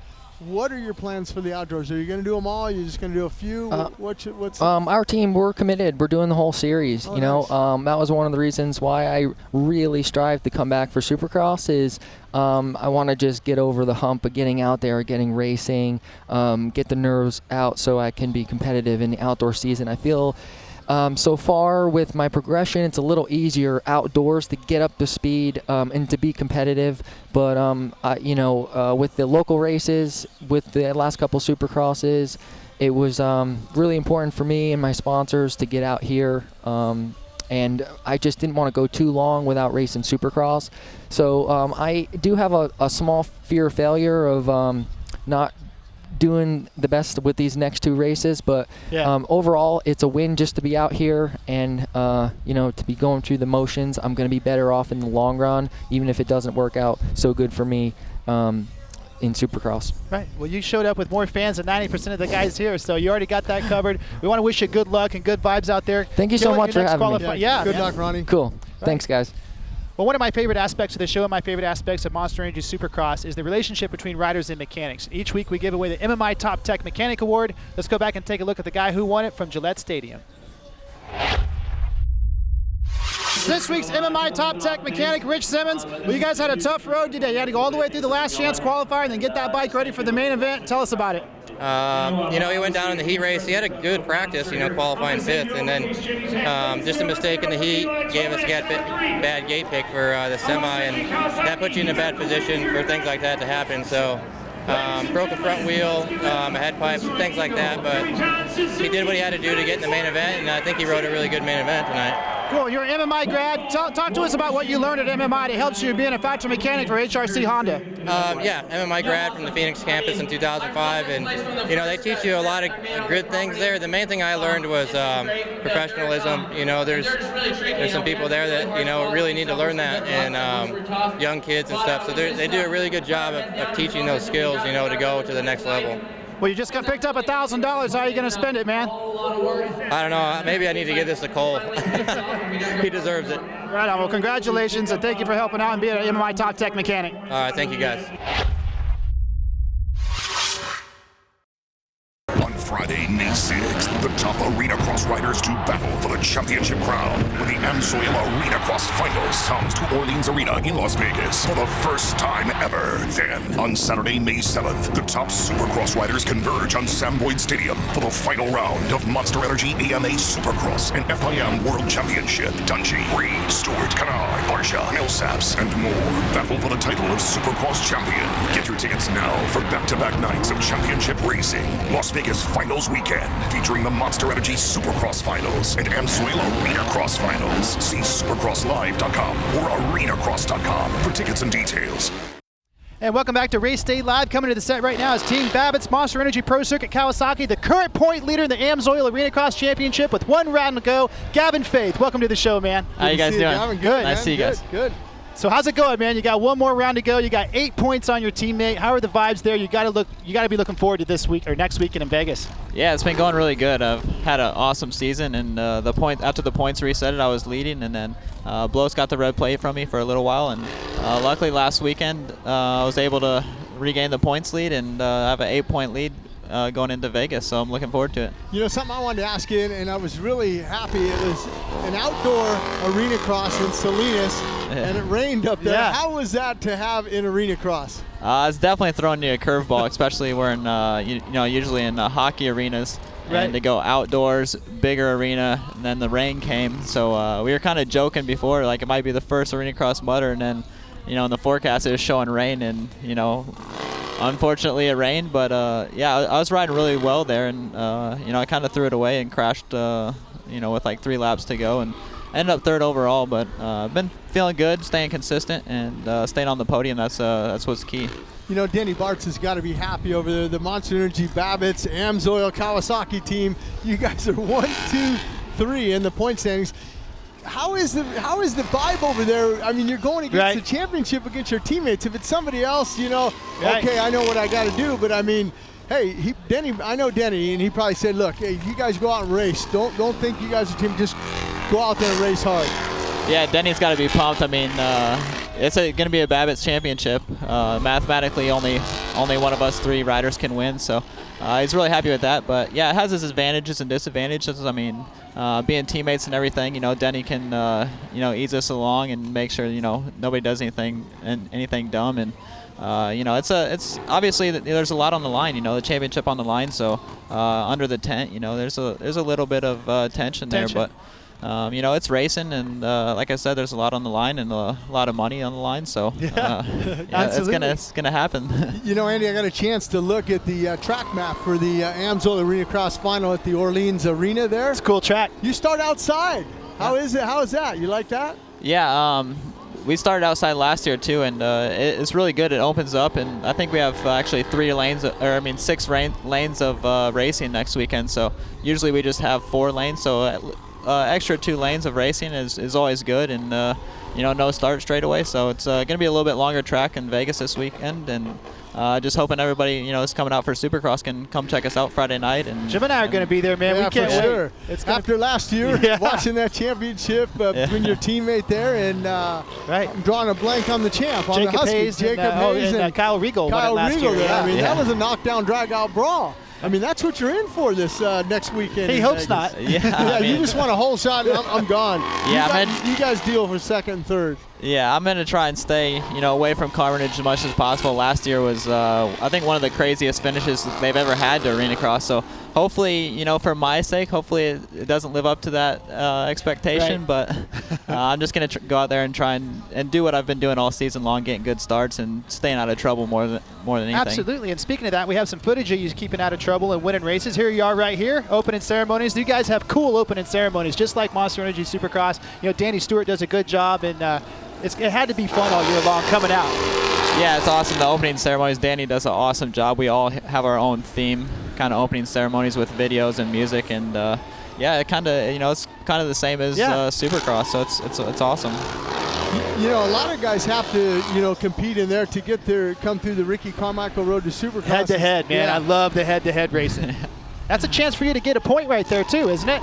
Yeah, if you finish top 4 in your heat race, you automatically get 1 point for making it to the head-to-head bracket racing, and then to win the head-to-head bracket racing, you get an additional point. So a lot of times, the end of the night, it comes down to, you know, whoever wins the head-to-head is going to be the kicker to get the overall. And you know, in Arena Cross, it's not like Supercross where the points go 25, 23, 22. It's every point per position. So, you know, if you go 3-1 and somebody goes 1-3, but they won the head-to-head, they're going to get the overall. They get that little extra point. So it's pretty crucial, actually. Yeah, it's cool. It's really makes the racing really exciting, and you know, it doesn't take much to get everybody fired up when you only have an 8-point lead. But you do have 8 points, so you don't exactly have to go out there and throw caution to the wind. You got a little bit of a cushion, right?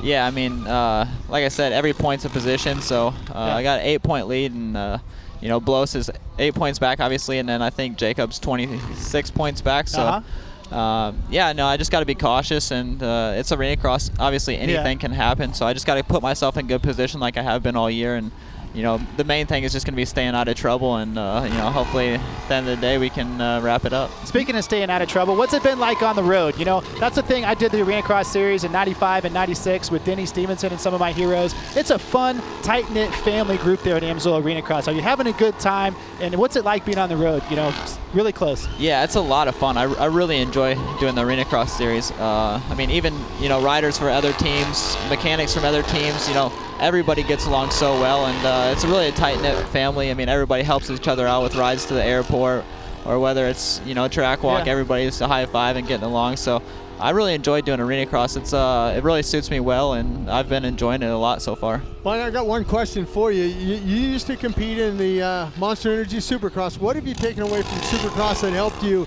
in the AMSOIL Arena Cross?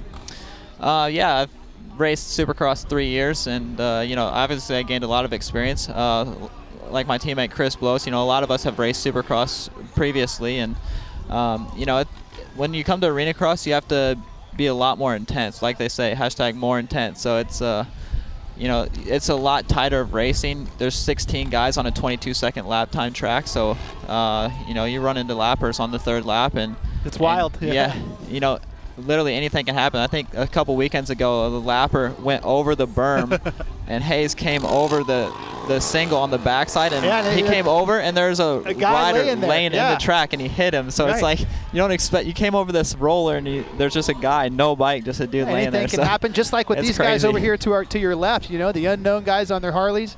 They just wrapped up their stuff right now, but yeah, Arena Cross is crazy how close it is. You know, like you said, you're in hockey arenas predominantly most of the series, and like I saw the same thing when it was in Danny Stewart's highlight video. Hayes was in the lead, and he comes around, goes over that little roller, and there's a guy right there laying in the rut. That's just straight bad luck right there. I mean, you know, there's a certain amount where you got to put yourself in good position, get good starts. Well, he was leading the race, and there's a guy laying in the middle of the track. What are you going to do? That's straight bad luck. I mean, that I believe in kind of making your own luck, but with stuff like that, you're just out of your control. Well, you're here at Monster Energy Supercross, and I want to get your picks for tonight. Who do you think is going to be the podium in the 450 class? 450 class. I mean, Roczen's been on a roll lately. He's you know, been right there with Dungey, and I mean, Dungey's solid. Yeah. He has the championship to think about too, right? In great position every weekend. I mean, I don't think I've ever seen him get a start outside the top 5 in the main event. So he's been putting himself in good position, and you know, I think Roczen's going to do it again. It seems like he's been working on his starts, and his starts have been a lot better. And but you know, he got a deep field. Tomac, you know, showed us some speed last weekend, and showed us that he can be running up front and on the podium. But yeah, I'll put my money on Roczen tonight. It's good picks, man. Yeah, Tomac was fast here again today. I said he figured out something on the front end of his bike that's helping him turn. But Gavin, we want to keep the focus on you and wish you good luck next weekend. Thank you for joining us here on Race Day Live. Thanks for having me, guys. I appreciate it. Go get that championship, man. Congratulations on all the winnings you had this season. All right, thank you. I appreciate it. Well, we got more qualifying coming up. We got some more guests. Stay tuned. We'll be right back.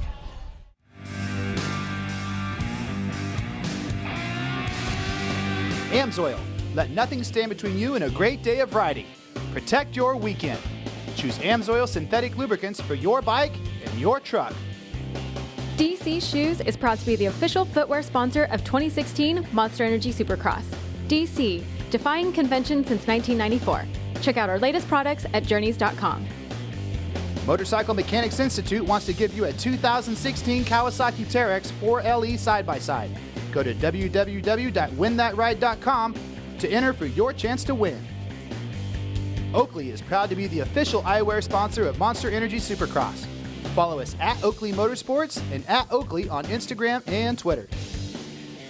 Sponsored by Yamaha. From world-leading motocross, supersport, and cruiser motorcycles to ATVs, side-by-sides, generators, and more, Yamaha revs your heart.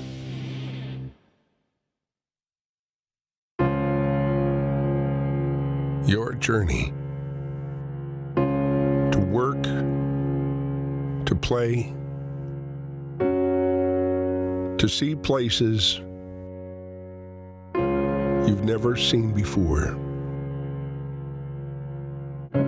It's not where you're riding, it's who you're riding with.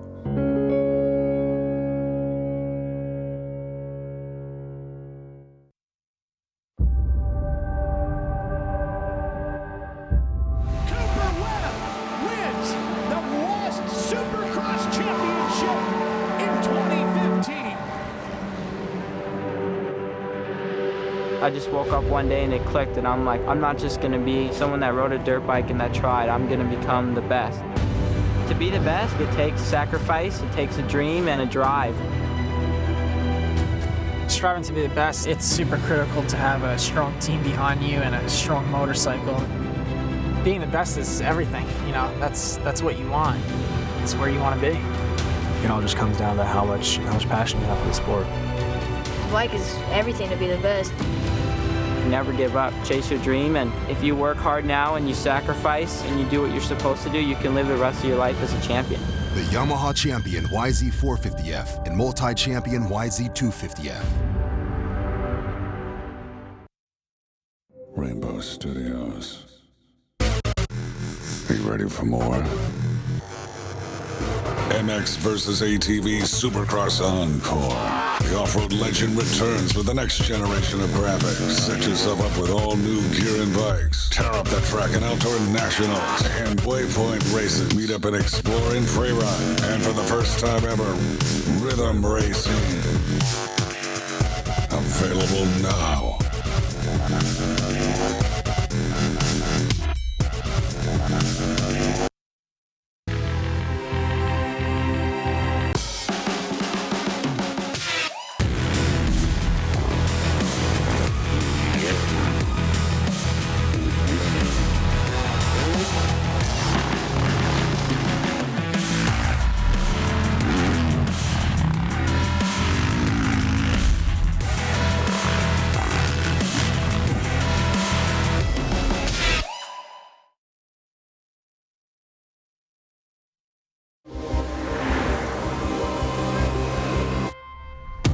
There's a lot of performance hidden in these tires. These tires are insanely good. Selected as a Consumer's Digest Best Buy. If this is what experts thought about Cooper tires, imagine what you'll have to say. They're impressive on all surfaces. Put Cooper tires on your car today.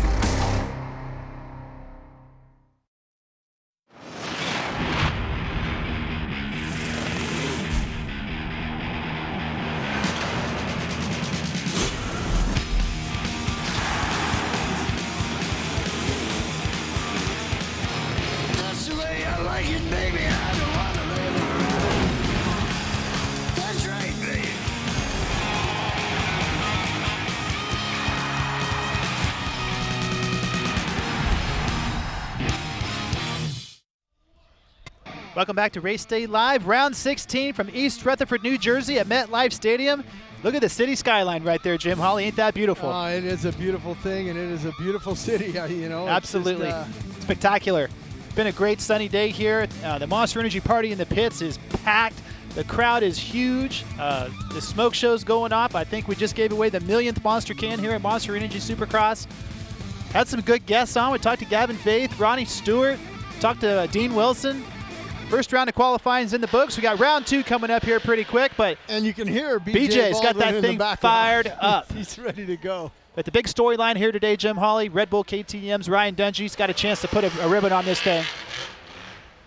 He does. He's getting a chance to watch BJ now, and this is look at that left front tire right there on the pole. Yeah. He is just on it. So much suspension. You watch that suspension, whenever he throws it left or right, it just sinks down. But this thing's used to going 140 miles an hour across loops in the desert. It's not used to doing this. It's still pretty cool watching him do this, and listen to that. I don't know, that thing sounds like it has 800 horsepower in it. Yeah. Just killing the tires. 800 plus. Look at the tires lit up there. You hear the crowd, man. No, he has absolute total car control or truck control with that thing. Pretty impressive, that's a big truck, and there's not a lot of room out there, and he can put that thing wherever he wants it. Like I've always said, in Supercross, you can put a bike and go in a straight line. It's the lefts and rights in the throttle control and in tight things like this, and he's got control of that truck. I hope he does. Yeah. Because if he makes a mistake, he might end up on our stage. Right. We could be in big trouble. He knows what he's doing. We're in good shape right here. Hey, he gave Rob Gronkowski a ride last week in Gillette Stadium. He jumped into that thing.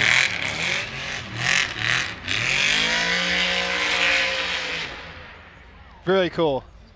Sun shining. Got smoke coming off the tires. Horsepower. Nothing like the sound of horsepower, man. Going to be a big crowd here tonight at MetLife Stadium. Well, that's what I was going to ask you. Your brother Clint, boy. Yeah, Talladega this weekend, brother. You ever get a chance to drive one of his cars? Hey, no. Jump in here. Yeah? They don't like you touching those things. Oh, man. The places they build those cars are like hospitals, but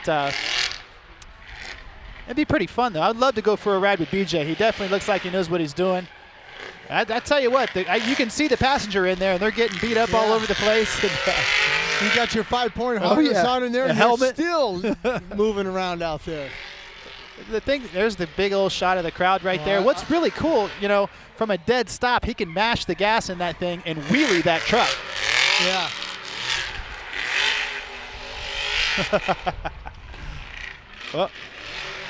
The BJ Baldwin Smoke Show. He'll be in town in Vegas next week. He's going to be there in Vegas, I believe. It's going to be another huge Monster Energy party in the pits.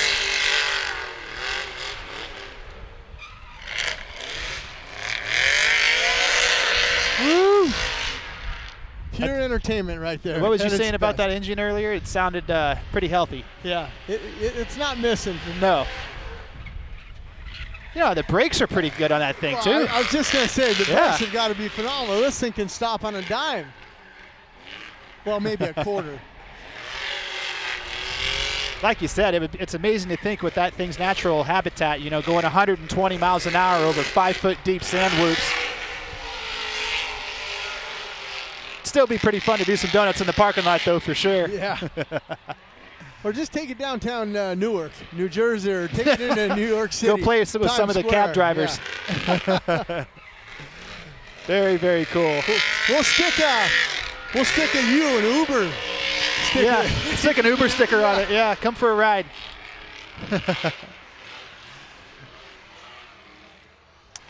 Unbelievable. Man, he's been doing this for a couple hours, and I don't know what those tires, maybe they're putting a new set on for each time he goes out. I talked to him. He says he can last a whole show. The whole day. On one set. On one set of tires. Yeah, he can last one whole day on a set of tires. Look at the crowd over there. They're just covered in the rubber and covered in the smoke. They're trying to fan it out of their faces. We got rubber on our paperwork here. We're loving it. I'm going to have to wash my hair after the broadcast. Oh, man, good times. Monster Energy party in the pits here in East Rutherford at MetLife Stadium. Bring your Monster cans down and join the show. Come check out BJ Baldwin, Jack Feld, the unknown. We got Harley wheelies. It's amazing when Eli Manning probably comes for, summer camp. He's looking, what happened to the parking lot here? BJ happened. Yeah, BJ was in town.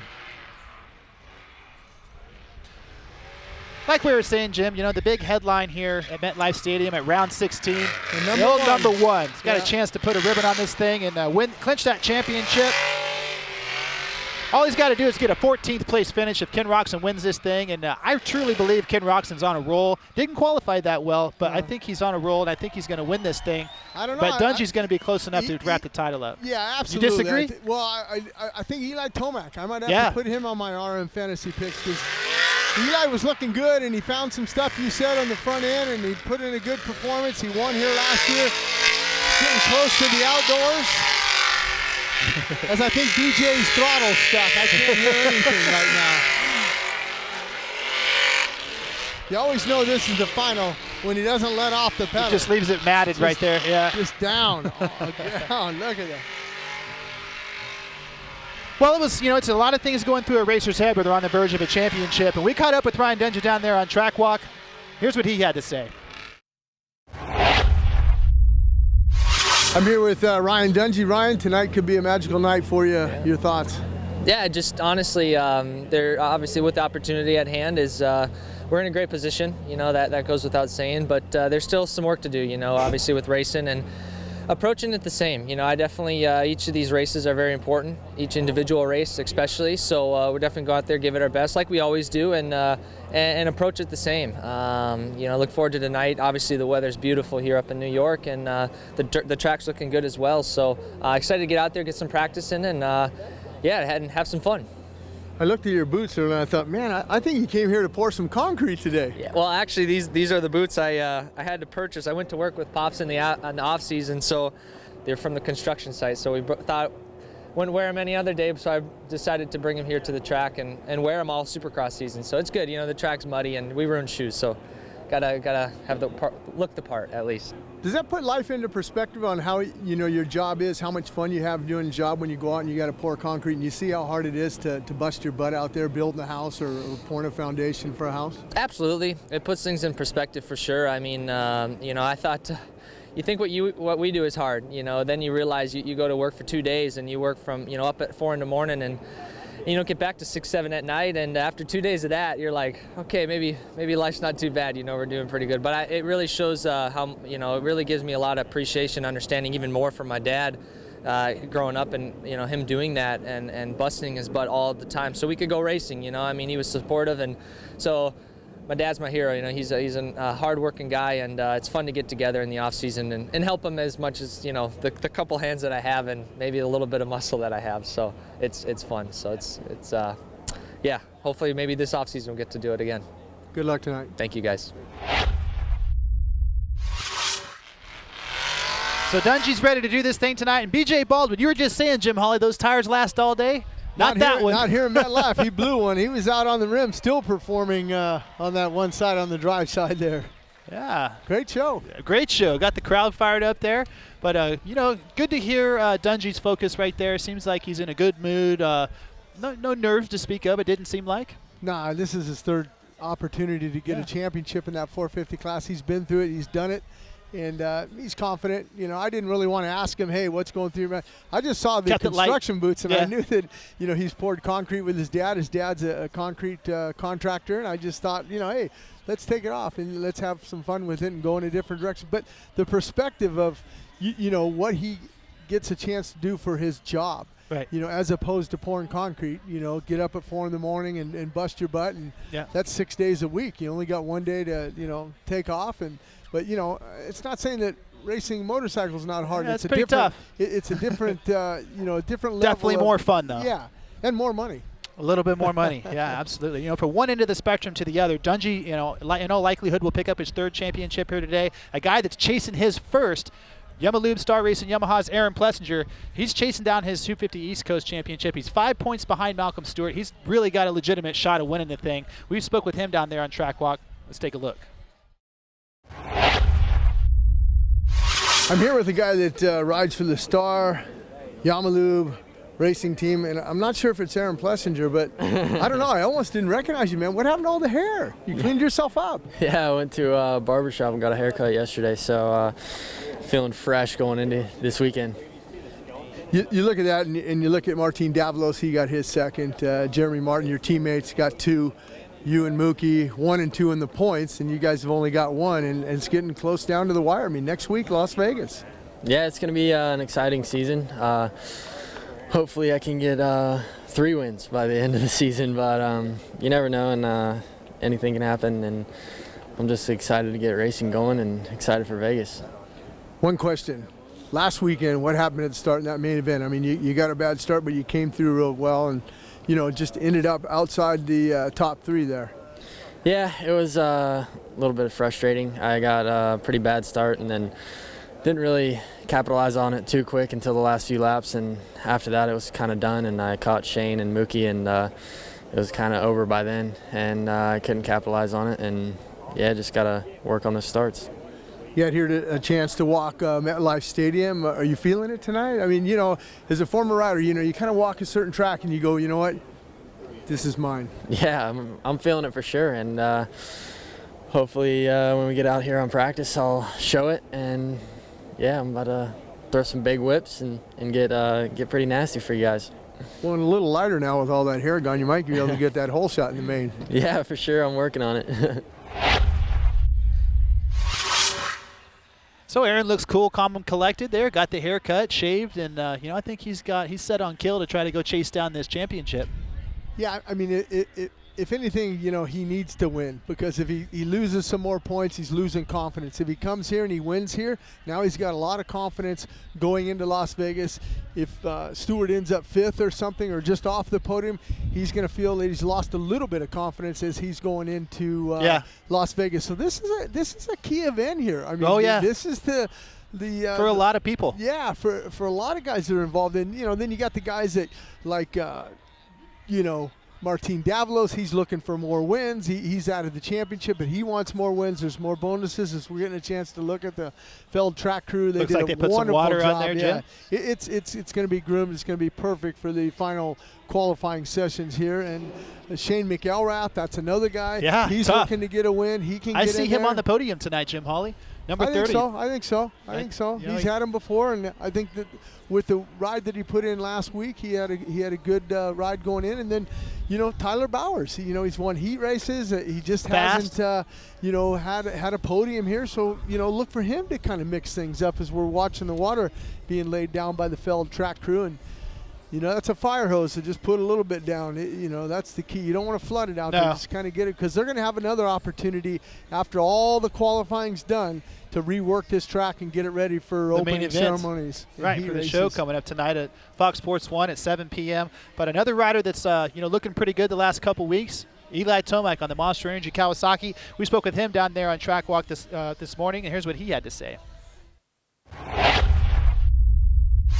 We're here with runner-up finisher last week, Eli Tomac. It seemed like a light switch. It looked like your setup was really looking a lot better for you. Did you find something during the week last week? Are you going to carry that momentum into this weekend here at MetLife?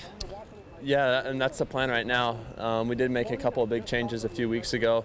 I felt like, the race before that in St. Louis, I felt like I had something, but I had some bad luck in the first corner there. So last week we were able to get off the start and show what we had. So I'm planning to be there again this week, so we'll see how it goes. What was it, the front of the bike, the back of the bike, or just kind of a mixture of both? What made it looked like it was working a lot better for you. It's pretty visible. Yeah, it was more of a front end change, and it just helped me just be more kind of one with the bike in the corners, and I was just in a comfier position, so just started clicking. We were the defending race winner here at MetLife, but it was a day race last year, a night race this year. A little bit softer dirt. This looks like a little more hard pack. Is that going to play into your favor, do you think? I mean, typically in the past I've been a better route rider, but this track is is busy and technical, and I like those. So I think it's going to be good for guys that like those tracks, and I do. So we'll see what it turns into. It's going to be something different for sure. Well, the outdoors are coming, but you have 2 more chances to get another victory this season. How sharp is your focus on these last 2 races? I mean, it's something I want. I only have 1 win in Daytona right now, so to click another 1 or 2 off would be great. And by no means we're not giving up on these last 2. Cool, man. Well, good luck tonight. Thank you.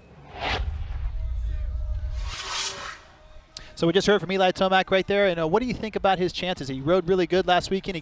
He charged from about 6th position in Gillette Stadium last weekend, got up into 2nd place and went after Roczen, and then kind of was like, I think that's my race for today.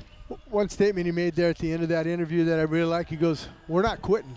No, that's we're not quitting. So that tells me, and by the qualifying sessions that we saw him earlier today, I mean he's not quitting. I think I'm almost going to put him on for the win. I think. Right, extremely focused for these last two Supercrosses. Him and Roczen, I think they're going to battle. I think Dungey will get another podium and wrap up that championship. But I don't think Dungey, he's not going to get in enough fight with those guys. He's not going to battle those guys. He's got too much on the line. The championship, right? Yeah. I'll tell you a guy who will get up there and fight with him. That's the number 21 on the Rockstar Energy, Husqvarna.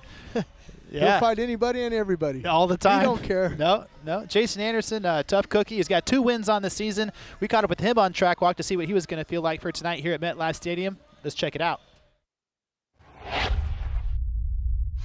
Now, you had a podium streak going on there for a while, but what happened last week when Ryan Dungey got around you and took you off the podium spot? Yeah, last week was my first weekend off the podium in like 5 races. So, I had a good one going there for a minute. But, last week I, got up to 3rd and then just kind of I hit a rock or something and I lost my front brake. But, Ryan was riding good and he got around me and ended up with a 4th. So not all bad, but, definitely want to be back up there on the podium. And I want to win before the end of the season. So hopefully we can make that happen. We've definitely seen you make some aggressive moves, while you're looking for that win. Justin Brayton had some words to say about the move that you made on him for that pass. Do you have any thoughts on that? I mean, at the end of the day, we're all trying to go to the front, and it's just tough, it's Supercross, and it's close battling, and it's just sometimes it's hard to make a pass with how much room we have out there on the track. So, I don't ever want to take anyone down, but sometimes. You kind of get ahead of yourself and you get a little over anxious, and it happens. I don't mean, but at the end of the day, we're trying to race to the front, and that's all I'm trying to do. So next week we've got Vegas. What's your goals here tonight, moving into the final race of the season? Hopefully get a podium and then go into Vegas and just have a good time and enjoy the last race of the season. Awesome. Well, thank you so much. Cool. Thank you. So a little bit of talk right there between Anderson, talking about him and Brayton going back and forth a little bit. They're right next to each other in the first round of qualifying. Maybe a little rivalry right there. But then again, number 21's had a few of those. Cole Seeley and yeah, he's been battling with Cole Seeley his whole career. Right. But I mean, the thing about it that I think that in listening to that interview is he gets a little anxious. Yeah. He finds he's on attack mode. An urgency that he's got to get it instead of setting up the passes. He's making the passes. He's going in there and he sees a little bit of it. I mean, if you leave him 10 millimeters, he's going to get in there and stick that front wheel in. It's interesting. I was actually speaking with Dave Prater about this. We both watched the races over and over and over, and he's like, you realize about Anderson, he doesn't really take a different line to pass guys. He takes their line. That's my line. Right. Yeah. You're on my track.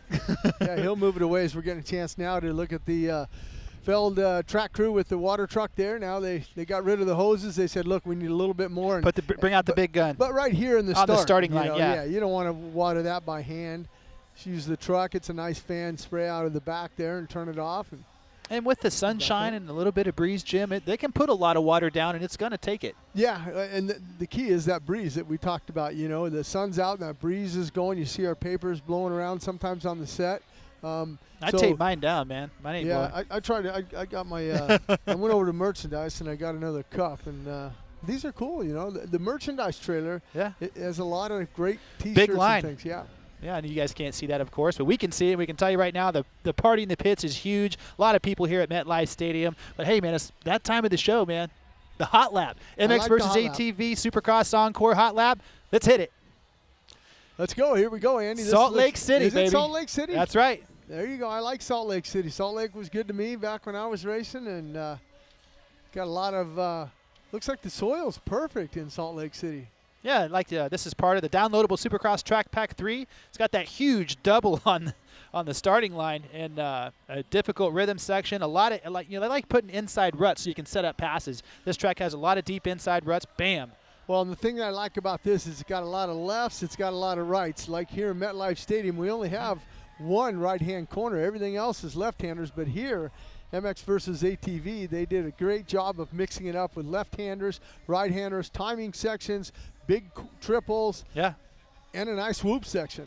You got to remember, Jim, your and I's rematch is next week. Next week. So you got to be practicing. I can't actually say I've been practicing, but I don't think I need to beat you, man. I know it. Oh, you got to come back somehow. Hey, I'm just getting used to my iPhone, man. Pretty proud of you in that regard. But, hey, June 7th is when this will be available on Xbox One. So that's going to be exciting right there.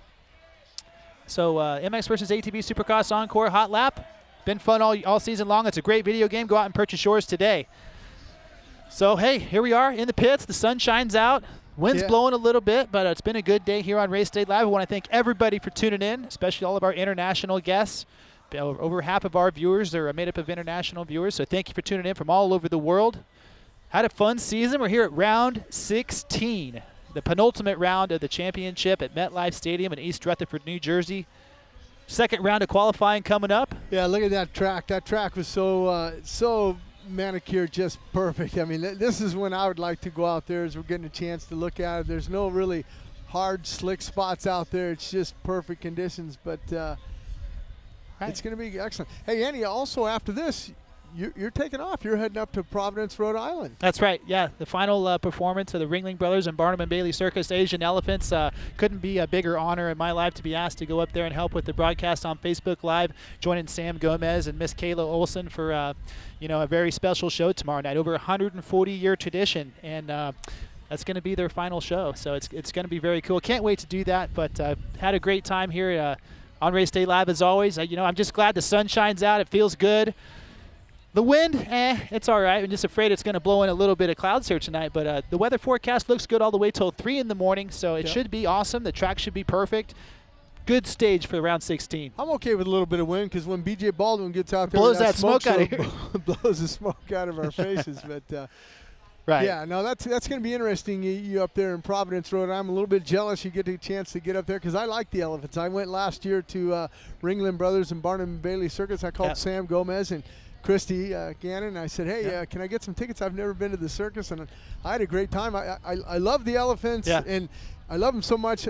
I even sent a text to Sam because I went to the Providence, Rhode Island Zoo and saw the elephants. It's cool. I love the elephants. Right. Yeah, it's going to be very special. But it's been a special day here at East Rutherford. MetLife Stadium.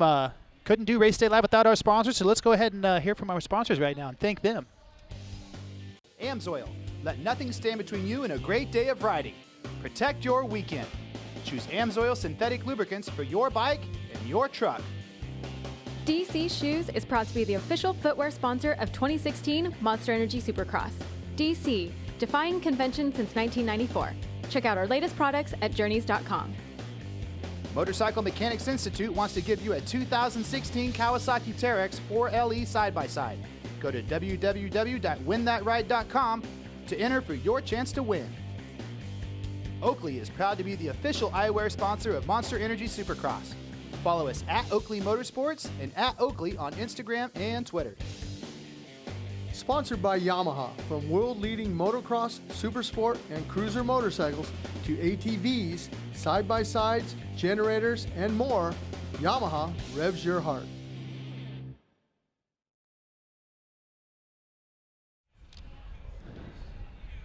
There we are, the Big Apple. The city skyline right there. Freedom Tower Super right there, spectacular, right? That's a beautiful sight. I got a chance to walk down. I got dizzy looking up at it, Andy, when I was down on the floor. I looked up and I go, whoa. I'm afraid of heights, man. I'm not really, I don't like being up in those tall buildings. I didn't go inside. I stayed on the ground. I looked up and I was looking up and I go, I don't know if I want to go in there. But it's just a nice tribute to the people who passed away in 9/11 and just I really enjoy, walking around the city and just, meeting the different diverse, groups of people that live in New York City. Right.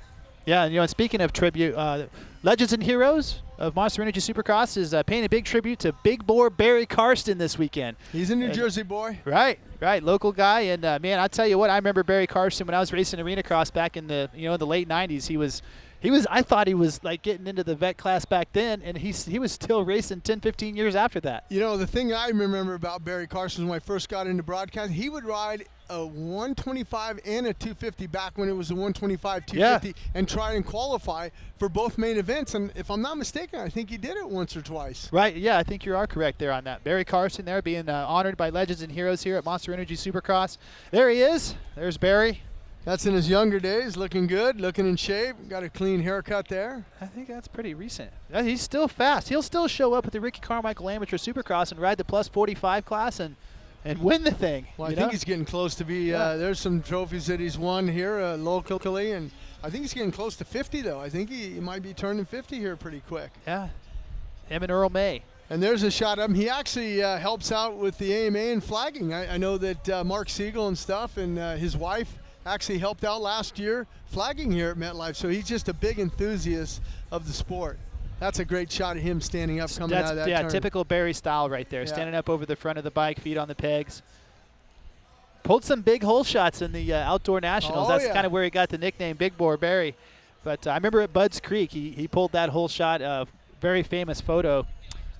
But very cool right there. I think, where is that? It looks like Englishtown maybe? Yeah, it might be, yeah. Yeah. It's always a classic style of him. He always had that 31. I remember 31. That was a favorite his number. National number for a long time. He's a grandfather. His daughter had a baby. He's a grandfather now, Barry Karsten. Yeah, super cool. Love the program that Legends and Heroes put together there. You know, honored some of all of our favorite Supercross heroes. You know, last weekend we had the great Doug Henry and JoJo Keller.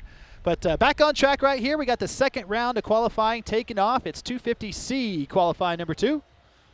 That should be Levi Kilbarger right there. Yeah, you see a couple of the ruts still. The Feld track crew will get back over there and kind of start, grooming that after this one. They can only do so much. There's only so much time in between these qualifying sessions. As Levi Kilbarger, he had the fast time in that first session. First session there. There he is right there.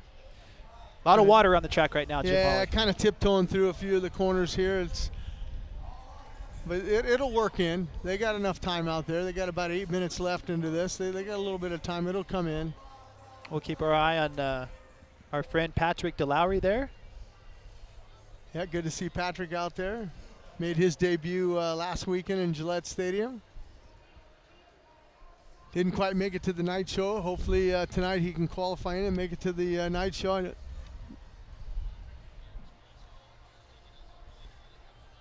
Lane Staley right there, number 740. Yeah, Lane, he was second fastest. Oh, hang on, Levi. It looks like he stalled it right there in that corner coming out. But looks like Patrick DeLowry behind Lane there, if I'm not mistaken, on the Husky.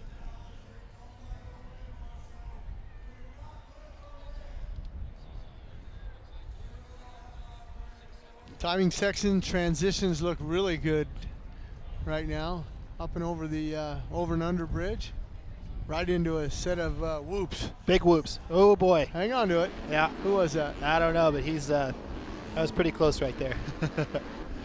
Number 608 right there.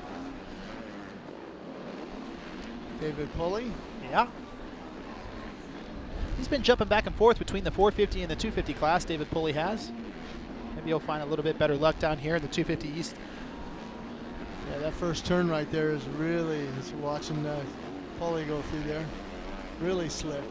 Sending the triple right there in the middle of the rhythm section. Triples, triples again. He had to seat hop that. We got a replay. Well, we had a replay. There's number 675, Kyle Dillon. Kyle Dillon on his Husky there. He didn't seat hop that triple right there in that section. I mean, you really got to sit on it, collapse the whole suspension, let it rebound you up and over to get up and over that thing. Yeah.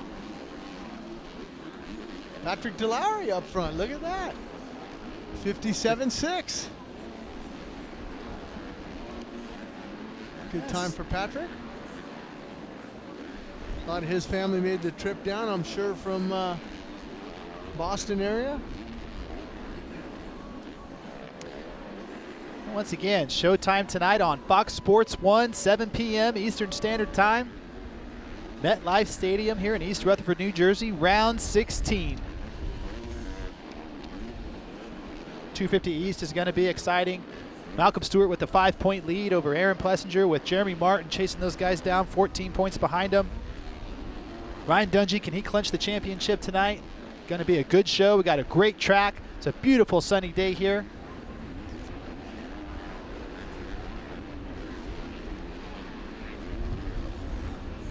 Monster Energy party in the pits going on. We've had the Smoke Joe with BJ Baldwin and Casey Curry. the Harley Unknown Industries guys, Jack Feld. Been a big day here on Race Day Live, Jim. Yep. BJ Baldwin, he's got a little work to do. He's got to put needs a left rear tire. Yeah, he's got to put a new tire on that truck before he comes back out again.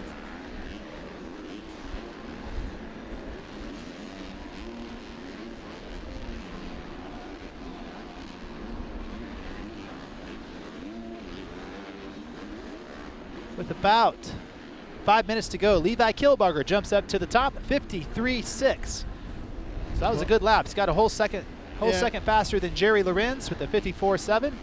And we're watching Levi now as he triples into that left-hander, come right out of there into that sand section there. You see some of the ruts starting to develop in that sand section. Just pick a rut and hammer down.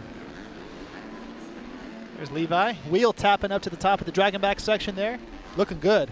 Yeah, that triple-double as they make this left-hander here and continue around, and you're going to drop right down, right into a set of whoops. Conditions look like they've got favorable here, you know, just in this practice session alone. Yeah, they're picking it up now. 4 minutes left in this final Group C qualifying session here, but the track's starting to come in. It means it'll just be perfect for the B and then the 2A practices. Took a tear off there. Levi's just going to kind of take a breath and say, okay, I see my number up on the top of the leaderboard with that 52.7.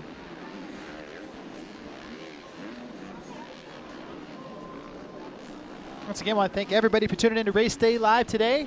All of our international viewers, thank you for clicking on supercrosslive.com. Round 16, East Rutherford, New Jersey, MetLife Stadium. Monster Energy party in the pits, and we just received information that the millionth can winner has been crowned.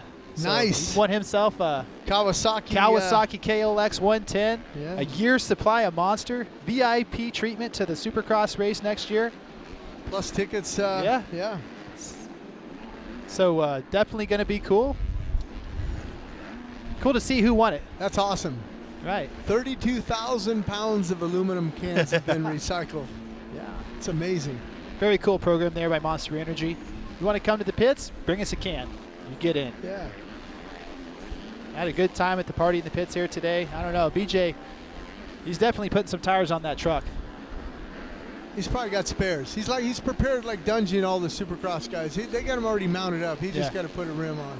I would hope. He's a big enough guy. Yeah, he's probably out there changing that thing by himself. Yeah, he could do it. Little over 2 minutes to go. It's still Levi Kilbarger at the top, followed by Lane Staley, Jerry Lorenz, Matthew Weekly, and Kyle Dillon rounding out the top 5. Not sure what happened to Patrick DeLaury. He's down in that 9th position with a 57.2 on his second Supercross of his career.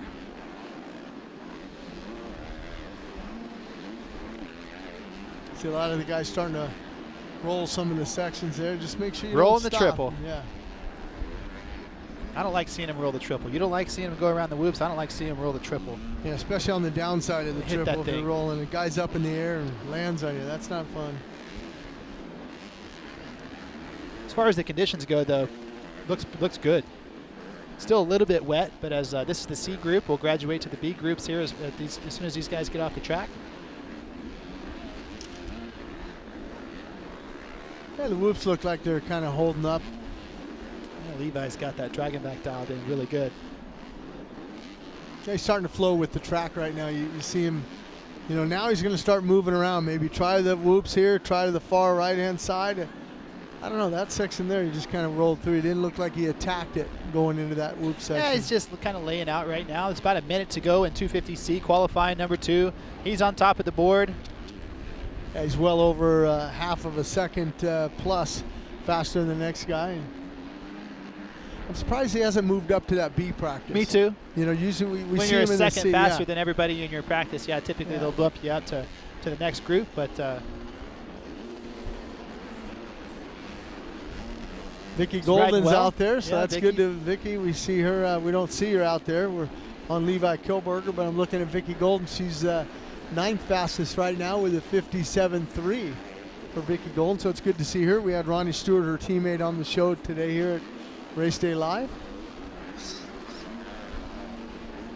And can you believe it? The pressure that Ronnie 500 people. That's why I asked him. I was like, does it help you, or does it make? It always made me nervous, Jim. When I knew I had all of my friends and family watching me, I was like, I'm glad you're here, but now I really got to, you got to buckle down and do good. Yeah, Must do good. Yeah, you got to do good. Because if you do good, everyone's going to come over and say hi. If you don't do good, everyone's still going to come over and go, oh, man, it's all right. Next time, I don't want to hear it now. I've heard it for the 499th time. All right, 500 guys tell me good.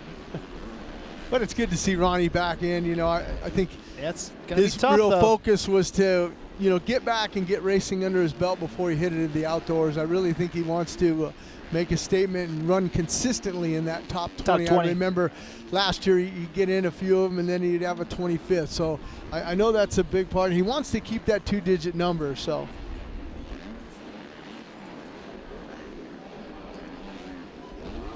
That's going to do it. Checker flag is out. 250C qualifying number 2, Levi Kilbogger. Over a second and a half faster than everybody in this group. It's Kilbogger, Staley, Lorenz, Weekly, and Dillon are your top 5. Coming up next will be 250B qualifying number 2.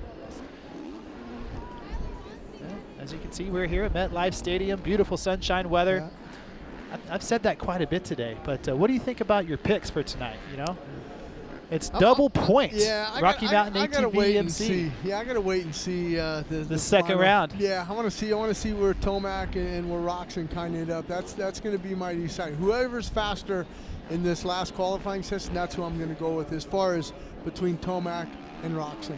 Right, and Anderson. Even if Dungey's faster, here we're looking at our chance to look at some of the picks. They got Dungey, Roczen, Anderson, Tomac in 4th, 5th for Trey Canard in the wild Pretty card, solid. 9th. 28. Solid right Weston there. Pike. Yeah, that's why it's the top picks, I think. Yeah. That's why I'm not leading. There's the standings. A 50-point lead for S. Martin over Blade 107. But that's a little bit deceiving. Like we said, it is double points weekend. And next week they'll be able to throw 2 races out, and it's going to tighten up. Yeah, my buddy's down in 5th now. Sir Rides a Lot. I like that. Sir Rides a Lot. It's a cool name. Yeah, but remember to go to rmfantasysx.com. They're gonna award a brand new, all new Toyota Tacoma. Who would have thought playing Fantasy Supercross you could win a brand new pickup truck? Somebody's gonna win that thing, Jim. Yeah, and then hopefully your buddy finishes second. He can put that new Kawasaki 450 in that new Toyota. Go ride. Yeah, right. That's what it's all about, right there. But, thinking about my picks, I was kind of the same opinion as Gavin Faith. I think that Kenny Roczen is going to he's on a roll. 3 second places in a row, and he was upset. He was visibly upset after that 3rd second place in St. Louis. And, he passed Dungey. Dungey passes him back, and then Roczen lays it over. So he came out there last week, and he pretty much was dominant. He passed Dungey in the heat race, passed him in the main event. Yeah. I think that Kenny Roczen is going to, just like Gavin Faith said, I think I'm going to pick Roczen for the win tonight. Yeah. Well, we'll see what happens. But the thing I liked last weekend, I was most impressed with Kenny, is when Eli Tomac was in second. He started to come up on Kenny. Kenny just wicked it up a little bit. Kenny said, no, this one's not this mine. weekend. I'm going to pick it up. I'm tired of finishing 3 seconds in a row. I need to win one of these things. And he won his 4th of the season here. Yeah, it just kind of begs the question, what could have been? Kenny didn't get off to the best of starts. He just couldn't get going. Kind of had some dismal finishes at the beginning of the championship. But then after, here in the second half, he really came on strong. But those races where he was 3rd, 3 times in a row, it would have been, just imagine if those were wins and all the points he could have made up. Well, and you look at Kenny, 20th on the all-time win list now with Ron Lachine and Jimmy Ellis, for, ties him with those guys. Uh-huh. For, top 20 now he is. He's got the wins under his belt. And maybe he can get another one here tonight in MetLife. There's Trevor Ezel there getting ready to take off on the MX versus ATV Supercross Encore starting gate there. The number 326, the Kentucky kid we're calling him. He's from Kentucky, and he drove a lot. Him and his dad, Steve, they drove a long way last weekend. And I asked him, I said, hey, you going back to Kentucky? He says, nope, we're staying out here on the East Coast. 250B qualifier number 2. Good for them. Yeah, what a big week. Got engaged. Yeah. Excuse me there. I forgot to. We have a button for that, Oh, Jim, it's been fun this year. Round 16. We only got one show to go next weekend in Las Vegas. Andy, it went down the wrong pipe. And You're still before it went coughing. down the pipe, I couldn't reach my cough bell. I was thinking, oh no, I'm in trouble here. Sorry about that. Right. No worries, man. Well, these guys in this group, they're going to have a great track to go out on. Yeah, the C guys got the lines cut into it. The moisture got pushed into the dirt. Nice, dark, deep soil here for these guys. I wouldn't say deep, but a lot of traction. Looks pretty tacky. Well, you can see on the sides of the jumps, you know, that doesn't get watered, and it's a light colored brown, and you're seeing a darker colored brown as these guys are getting ready to take off on this first lap for the 250 and final Group B qualifying session here in MetLife Stadium, East Rutherford, New Jersey, home of the Giants and Jets. Yeah, and the Jets. Exactly. Yeah, house divided there. Here's, as we see, Church jump out here. Cody Church, number 284, blitzing the whoops on the first lap.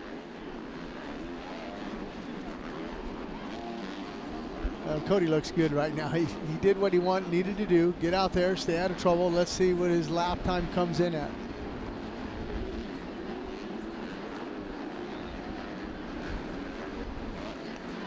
It looks nice and smooth, just kind of warming up, getting the blood flowing.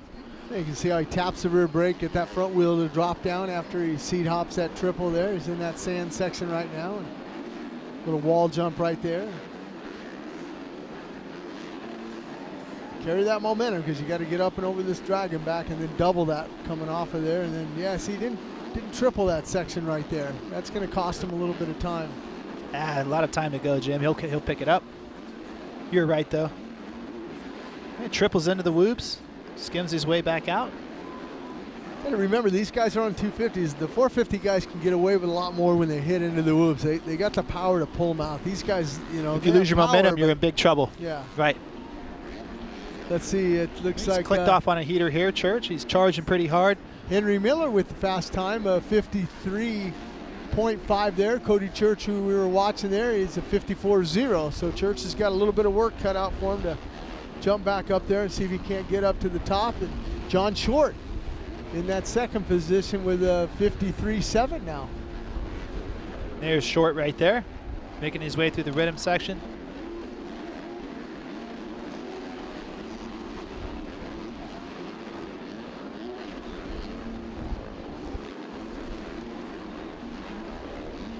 So we just found out who the millionth can winner was, a brand new Kawasaki KLX 110, a year's supply of Monster, here at MetLife Stadium in East Rutherford, New Jersey. He brought his Monster can in, and he was the lucky man. Let's take a look at it. Well, I can congratulate you guys, because you are the 1 million can recycle. Absolutely. Come on, let's go. What's up, man? Winner.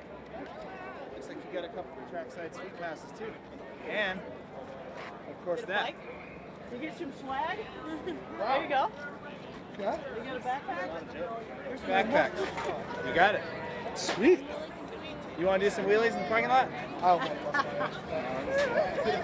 So, yeah, congratulations. Thank you very much. On behalf of... You brought a van, I hope. Unfortunately, no. We'll figure that out.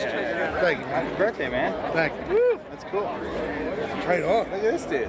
Winner, chicken dinner. That's it. Congratulations. Not at all. What's happening? Thank you very much. Okay. So Jonathan Smith, the big winner with a 1 millionth Monster Energy can. I think he was happy just to meet the 7-time Supercross champion, Jeremy McGrath from Absecon, New Jersey there. Jonathan Smith got a motorcycle, a Monster Energy helmet, got to shake the hand of the 7-time Monster Energy Supercross champion, Jeremy McGrath. Yeah, year's supply of Monster. Yeah, what a trip. VIP tickets for next year's show. He's definitely coming back next year. That was so cool, because you could just see how shocked he was. You know, he's like, yeah, I brought my can. I thought he was thinking that maybe they were playing a joke on him or something. No, this is serious. You get that Kawasaki KLX 110, that's yours, and here's your tickets for next year. That's right. Where do we send the year's supply of Monster to? We need your address. Yeah, you just saw it right here on Race Day Live. The 1 millionth Monster Energy can redeemed and rewarded right there. Jonathan Smith, good for him. What a cool deal right there. I like Jeremy's comment. He says, "You did bring a van, right?" Yeah, you got to get this thing home, man. Super cool right there as you're watching Joshua Cartwright on the Blue Buffalo Slater Skins Yamaha. Yeah, he actually had fast time, but he's dropped back down to second now with a 51.2 for Mr. Cartwright there. And the Blue Buffalo Rhino Skins there. And see we're on here now is there,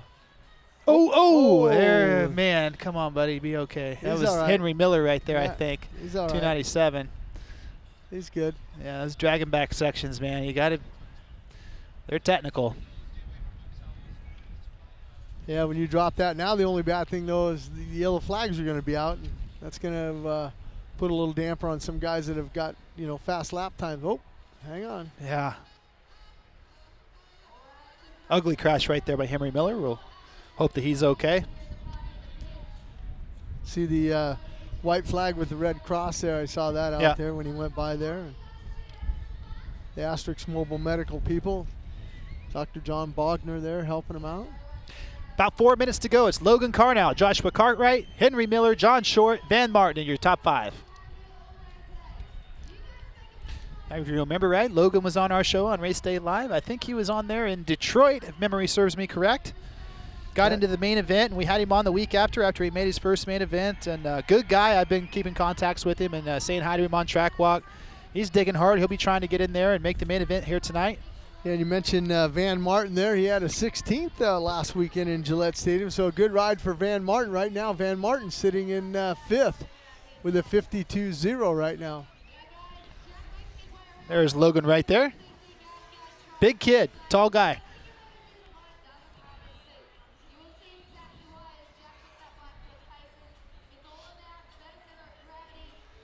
A little over 3 minutes to go. He has the fastest lap with a 50.8. Just a 10th faster than Joshua Cartwright. Oh, he looked like he was mad at the rider. You see that? You're in my way. Put his hand, hey, come on, man. I was on a hot, but I don't think he was in his way. It didn't look like that bad, but. Oh, he's still looking at him. Yeah, even if you're, it just, if you get my sight line.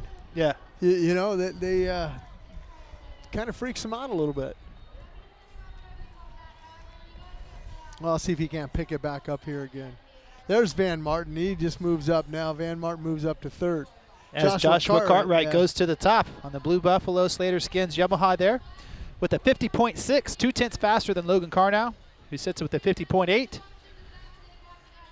Time running out here in 250B qualifying number 2. After these guys, the big boys, 250A and 450A guys coming up.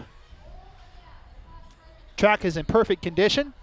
It's been a battle all week long. They built this track on Monday, had it covered by Tuesday, had a little rain on Wednesday, and we had press day on Thursday, and a little bit more rain last night, but they had the cover back on it. Now beautiful sunshine here today. Talk about some of those guys. Bring back an old Turpin. name back in. Yeah, Keith Turpin there. Mike LaRocco in 88. Turpin was in 87. Then Bradshaw and your buddy Stevenson in 90. Denny. Swink. And then it went to a little bit of a hiatus there until we came back in 2014. Bogle won it that night, wrapped up the championship. And then Marvin Muskin won last year.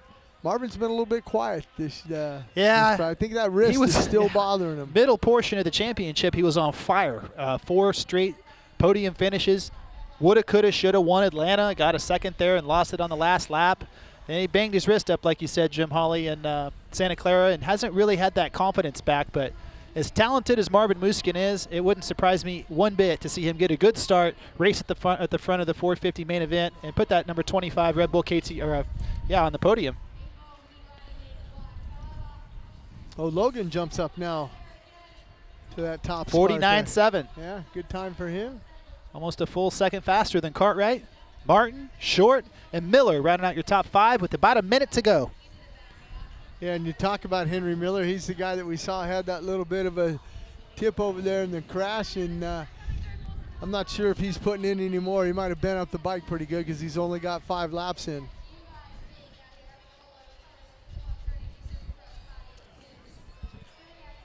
A chance now to watch a few of the guys.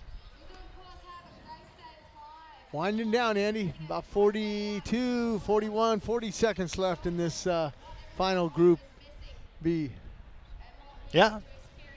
Logan Carnow, Joshua Cartwright, Van Martin, John Short, Henry Miller, who went down extremely hard on the Dragonback section. I think he's back up and okay.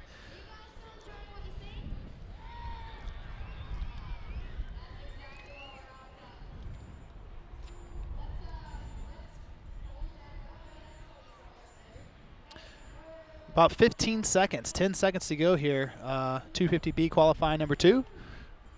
Got some action from the pits coming up here. We're going to have Miss Myra Tina Harrow come back up here and join us for the A group. Been good to have Myra back. Yeah, she did a lot of stuff with Spanish-speaking stations here. Yeah, she went and visited New People York, Magazine. New Jersey, And yeah, very cool. She's had a good time. Always love hearing her insights, especially during the A groups. Takes her notes, does her homework. Checkered flag is out. 250B qualifying number 2. I believe Logan Carnow is going to be the fastest racer by 3/10 over Joshua Cartwright, Van Martin, John Short, and Henry Miller. So the A guys are coming up next, and we got Jack Feld and the Monster Energy Party in the pits going. He doesn't even have a front wheel on his bike right now. Look at the guy. Yeah, that's incredible. You don't want to drop that front end now. He's not going to. Mad skills there with Mr. Jack. Birthday boy right there yesterday.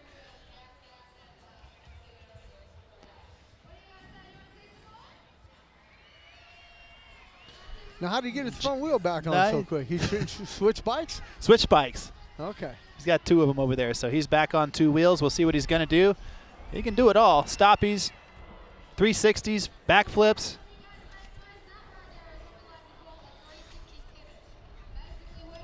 That was pretty cool. Absolutely awesome. No front wheel. Man, that stoppie to 180 there is.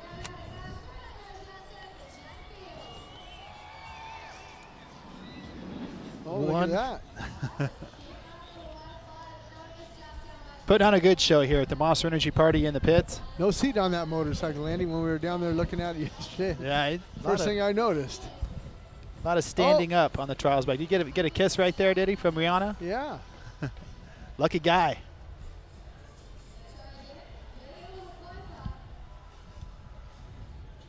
So coming back up to the set, Myra Tina Harrow, what did you think of the Monster Energy Party in the pits today? The action looks good. Huge crowd. Oh, yeah, huge crowd. I'm so glad that the weather did clear up and it allowed everyone to come in from the city, to come around from the area.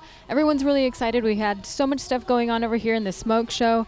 After Trey Canard had that big get-off, I cruised by his rig, saw him all good to go. So that was pretty good. The pits they're big right now. Yeah, real big. Nice sunshiny day. Like you said, the weather held out. I think it's going to stay like this. It should be good for tonight's racing on Fox Sports 1 at 7 p.m. But was you hear when BJ Baldwin blew the tire off the truck? Yeah, I did. I was actually taking notes, you guys, and all of a sudden I just heard a big boom, and it was his tire popping. Yeah, it was definitely a big boom. Loud, smoke everywhere. Jim was ducking. He thought he was going to throw rubber all over him. Yeah, he still kept continuing. Oh yeah, because there's all that rubber flying everywhere. Yeah. Then we got Jack over here on the half pipe. No hander over the box. He's winding up for his big backflip, I can tell you that. I spoke to Jack earlier. He told me that the backflips are his favorite and also a fan favorite for the guys out in the crowd. He does them pretty easy. No-footed can right there. Getting the crowd up now. Been a huge day in the pits as Jack Feld completes his run. Just redeemed the 1 millionth can as well. Yeah, Jonathan Smith. He was so excited. Right. 250A group lining up right there in the MX versus ATV Supercross Encore starting gate. A lot of anticipation surrounding this championship and this race here in this main event tonight. This qualifying session, this sets the tone for the rest of the night. Who's going to be the fastest qualifier, get that gate pick, and get their momentum going for the end of this championship and get the setup going. Malcolm Stewart, the fastest last time out. Yeah, with a 47.549. Yeah. Second, Martin Davos with a 47.564. Right. And then you got Aaron Plessinger with a 47.8. That was the 3 fastest the first go-around. Those times are going to drop. Yeah, they will. The track looks like it's in perfect condition after putting a little water on it. But, the first free practice, it was Davalos and Stewart. The next time out, it was Stewart, then Davalos. So those guys are going back and forth. The number 49, Husqvarna, looks pretty fast, coming off a victory last weekend. And like I said at the top of the show, there's going to be some spoilers here down the stretch. Yeah, the thing I like about Martin Davalos is he put down a lot of so we're watching Jack Field there do that big backflip. I think he's going to do another one. He enjoys them, Myra said. As easy as he does them. His faves. High five. I mean, His little stoppies and a little kiss from Rihanna were pretty cute. Right. Crowd's having a good time. Just the control that he has over that motorcycle. Yeah, you going to do a nose wheelie off that gym? Yeah, no. Me either. But I think there they go. Yeah. 250A qualifier back on track here. Rocketing off the MX versus ATV Supercross Encore starting gate. I believe that's Shane McGrath up there in the front. Number 30 on the Troy Lee Designs KTM. Riding good lately, getting good starts, charging at the front of the pack. Yeah, 4th last weekend in Gillette Stadium. And, but he was battling up there. It was a 4-rider freight train with those guys. Jeremy Martin, McElrath, and Stewart and Plessinger. They were all going for it. And he's battling right now for 5th and 6th. He's 6th in the points right now. He's got 91 points. Bowers is in 5th with a 93. But like so he can make up a little bit of room right there, Jim. Yep. Exactly. Got the hammer down, charging, waiting that outside peg around that sweeper right there, getting that rear tire to hook up.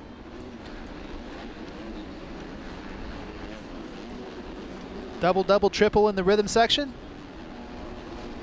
Yeah, these guys are sending it right now. They know that this is the last opportunity they're going to get to figure out some lines, before the heat race starts. We saw Shane McElrath came up just a little bit short on that one jump, but handled it well. This is what I want to see in the whoops, what he's doing if he's upshifting and triple, he's jumping 3 triple, in and then triple. Yeah. They're not skimming across him. And Shane's riding well. Yeah, this left-hander, you go in there, it's dark, you come out, boom. You got sunshine. The big triple right after that. Single jump into that first turn. And but tiptoeing in that first turn, it's still a little greasy in that first turn. Shane looks good though. Switch over to Martin. Charging. He's been aggressive all day. His ride last week was just impeccable. Yeah, he can do it. 2 wins on the season right there. Yeah, see, now that's the fast way to get around the whoop section. He skimmed him. I don't think jumping in, because you have to brake slow too down. much and it upsets the suspension. Because when you're braking it, the suspension is going down, then it's coming up and all that. I think that way with Martin, let's see if that, he's got the fast lap time there, Myra. What is that? It's at a 48.01. 48.01, so not quite. They got to get down into the 47.5, so still early though. Yeah, it's been going back and forth between himself and Malcolm Stewart all day long, and that song remains the same here at 250A qualifying number 2 in the early going with over 7 minutes to go.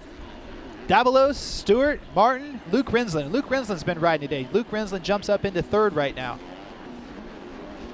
Good effort right there from the Cycle Trader Rock River Yamaha rider.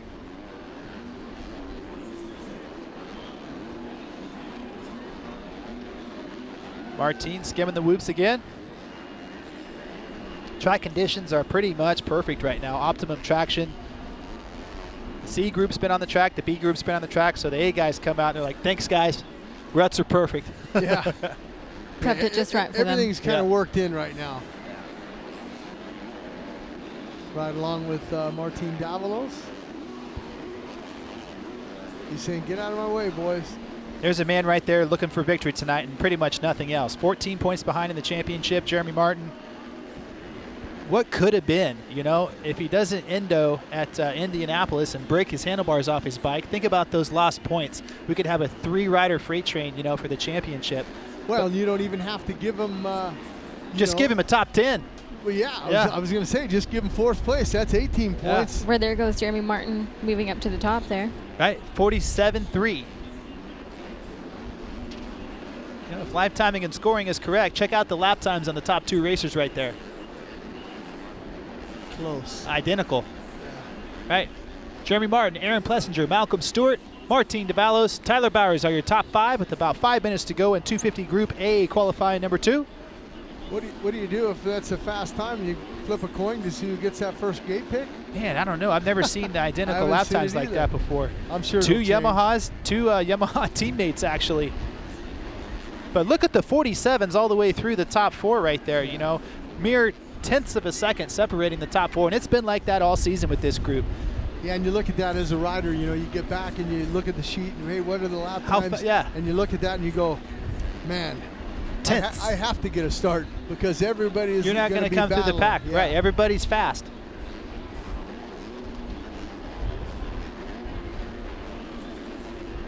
Jeremy Martin, you know, it would be one of the coolest, I don't know, coolest, but it would be really respectable to see him come back and win this championship.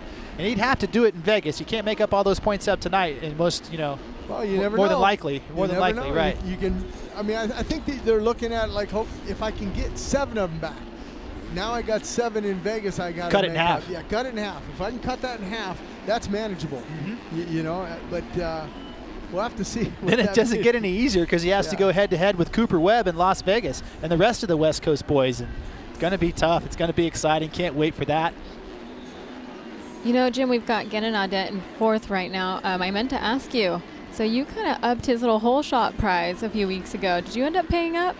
Absolutely. You didn't see it on the podium. I didn't get to see it. I dug out of my wallet. That's why now when I come to the races. Got plenty of cash? No, I don't. Because he quit bringing cash. Yeah, because of the cash. No more challenges. I just want to give it out to everybody. Aaron Plessinger jumps up to the top, I believe. If live timing and scoring is correct, which might have a little bit of a glitch there because they've been stuck at 47.36 for a while. But nonetheless, Plessinger, Martin, Davalos, Audette. Gannon's riding good today, and Shane McElrath running out the top 5. Malcolm Stewart's in 6th right now. Yeah, I talked to Gannon Audette last week after the race, and you know he wasn't too happy with that 7th. You know, since he got on the bike, he had a podium, then he had a 5th, and then he had a 7th. He goes, I'm going backwards. In MetLife Stadium, I need to go forward. I need to get back into that, you know, qualifying good and everything, which we see he's qualified in at 4th right now. Hold your breath, Myra. RJ Hampshire right there as the smoke show continues off camera. Myra, Jim, and myself, we're going to keep talking and rubber's flying in our eyes and stuff, but hey, we're having a good time here at MetLife Stadium. Monster Energy Party in the pits is going off. A huge crowd down here as you're watching Jeremy Martin continue to lead the way in 250 Group A qualifier number 2. Who's that that just snuck on the inside there of Martin? Looked like Martin went to the outside there. You know, it seems like we've got the same guys kind of switching spots in the top 5, but then we've got Tyler Bowers kind of hovering there in that 7th position. I mean, what do you guys think about his performance tonight? I mean, he's won a few heats. Absolutely. We were talking about that earlier, Myra. You know, Tyler has the speed. He has the experience. I think he certainly has the machinery. If he gets the whole shot, I think he can, you know, ride 6 or 7 laps and get past that point where he gets arm pump. He can hold on to his endurance and make it, you know, level out a little bit. Right. Further into the race. That's a cool double split box. Now we're getting a chance to watch Curry, Jeremy Martin and Casey Curry out there on his truck. Boy, if you have ADD, this Race Day Live's the show for you right now. Look at all the action you got going on. Mega horsepower trucks. Jeremy Martin tripling in the rhythm section. Yeah, I think he might be trying to get on a heater now with, like you said, Malcolm Stewart with that fast time, 47.2. Malcolm to the top. Yeah, he shaved about 3/10 off of that fast time. Jeremy Martin to the top. Getting competitive with about a little under 2 minutes to go. Martin, Stewart, Plessinger, Davalos, Gannon Audette are the top 5. Martin now kind of looking around and saying, okay, I'm up at the top of the leaderboard. How long am I going to last? But we got to wait for Martin Davalos. He always likes to sneak in there that last couple laps. Right. Well, we can see the smoke show is kicking right now. Casey Curry getting it done out there, putting on a big show for the huge crowd here at MetLife Stadium. I mean, it is so smoky, I can't even see the monitor sometimes when Casey Curry comes by. Right. You know, anytime that there's been a break during the smoke show, the crowd does not wander whatsoever. They're just waiting to see what next stunt's going to come up. Under a minute to go on track. Jeremy Martin still the fastest. Martin, Stewart, Plessinger, Davalos, Gannon Audette. That man right there in your screen. RJ Hampshire, number 31 in the Geico Honda, down in 10th place. Yeah, we talked about it earlier with RJ Hampshire when we saw him out there. I talked to Michael Rocca. I said, hey, man, what's up with RJ? He says, man, he doesn't feel confident in the whoops. And I said, well, can you blame him? Yeah, that crash he had, you know, at the straight rhythm. Yeah, it was unfortunate. Very scary right there. So glad to see him back in competition. He ain't good in the whoops, yeah, so he's got a good excuse there. He'll get it back. Young racer with a lot of talent, just like that one in camera right now. Shane McGrath moves up into 5th. Time running out. 5 seconds to go. Checkered flag will be dropping soon. Looks like it's going to be a Yamaha top of Jeremy Martin, unless Malcolm's on a heater right here in the late going. Jeremy Martin showing up, saying, hey, don't forget about me. I'm 14 points back. I still have a good shot at this championship. There's a lot of racing to go. Yeah, and like I said earlier, you know, on other shows, if he loses that championship by 1 or 2 points, man, it's going to be a hard apple to swallow, because you're going to look back at Indianapolis and go, what could have been if I didn't make that Just a couple mistake? positions. Yeah, exactly. Well, do you feel like Plessinger's going to feel the same thing about last week if he loses by a few points? No, because, I mean, he got a bad start and he was working his way up and everything. You know, the thing with Jeremy Martin is that, you know, he didn't even have an opportunity to get on the motorcycle after, because it was done. broke. It was done. Yeah, the handlebars were done. Yeah. Well, ladies and gentlemen, if you hear that noise in the background, that is the Monster Energy party in the pits. Casey Curry out there in his truck, killing the tires on that thing, letting that engine eat. Putting on a show as you see the crowd just continuing to pour into MetLife Stadium. Yeah, they're in for a good one here as we just finished up with that 250 final Group A qualifying. Yeah. Jeremy Martin, Stewart, Plessinger, Davalos, McElrath, and Gannon Audette. That's going to be your top 6, and we're just in for a great I can't wait. Yeah. Can't wait to see the races tonight. It's going to be great. We're going to have probably, I believe they're going to talk to Malcolm Stewart down there in the podium. Ashley Phillips is trying to track him down. Maybe it's Jeremy Martin. Yeah, it looks like they're going to go grab Jeremy. Massive crowd. 2-time outdoor national champion Jeremy Martin is, and you know, he's been looking for his first Supercross championship for 3 seasons now, and just had bad luck. Here we go. Is with their mechanic, because they are their eyes and ears when they're out there on the track. Jeremy, you're the only 250 rider to reach in that 46-second range. Tell me a little bit about how the track has evolved. Yeah, you know, the track's I'm a lot more comfortable now, and I kind of know what to expect. So the whoop's got a line beat down the middle, and the berms are firming up a little bit more, so I can push it a little faster. It was pretty fun to watch you and your teammate out there, Aaron Plessinger. You guys were actually tied at one time with the exact same lap time, but then you stepped it up out there. What do you think is going to happen tonight on a track that lap times are so close together? Yeah, you know, it's just going to be about 15 good laps to start. Aaron's on it, and so is Mookie. So, you know, it's going to be a battle tonight, and hopefully the fans enjoy it.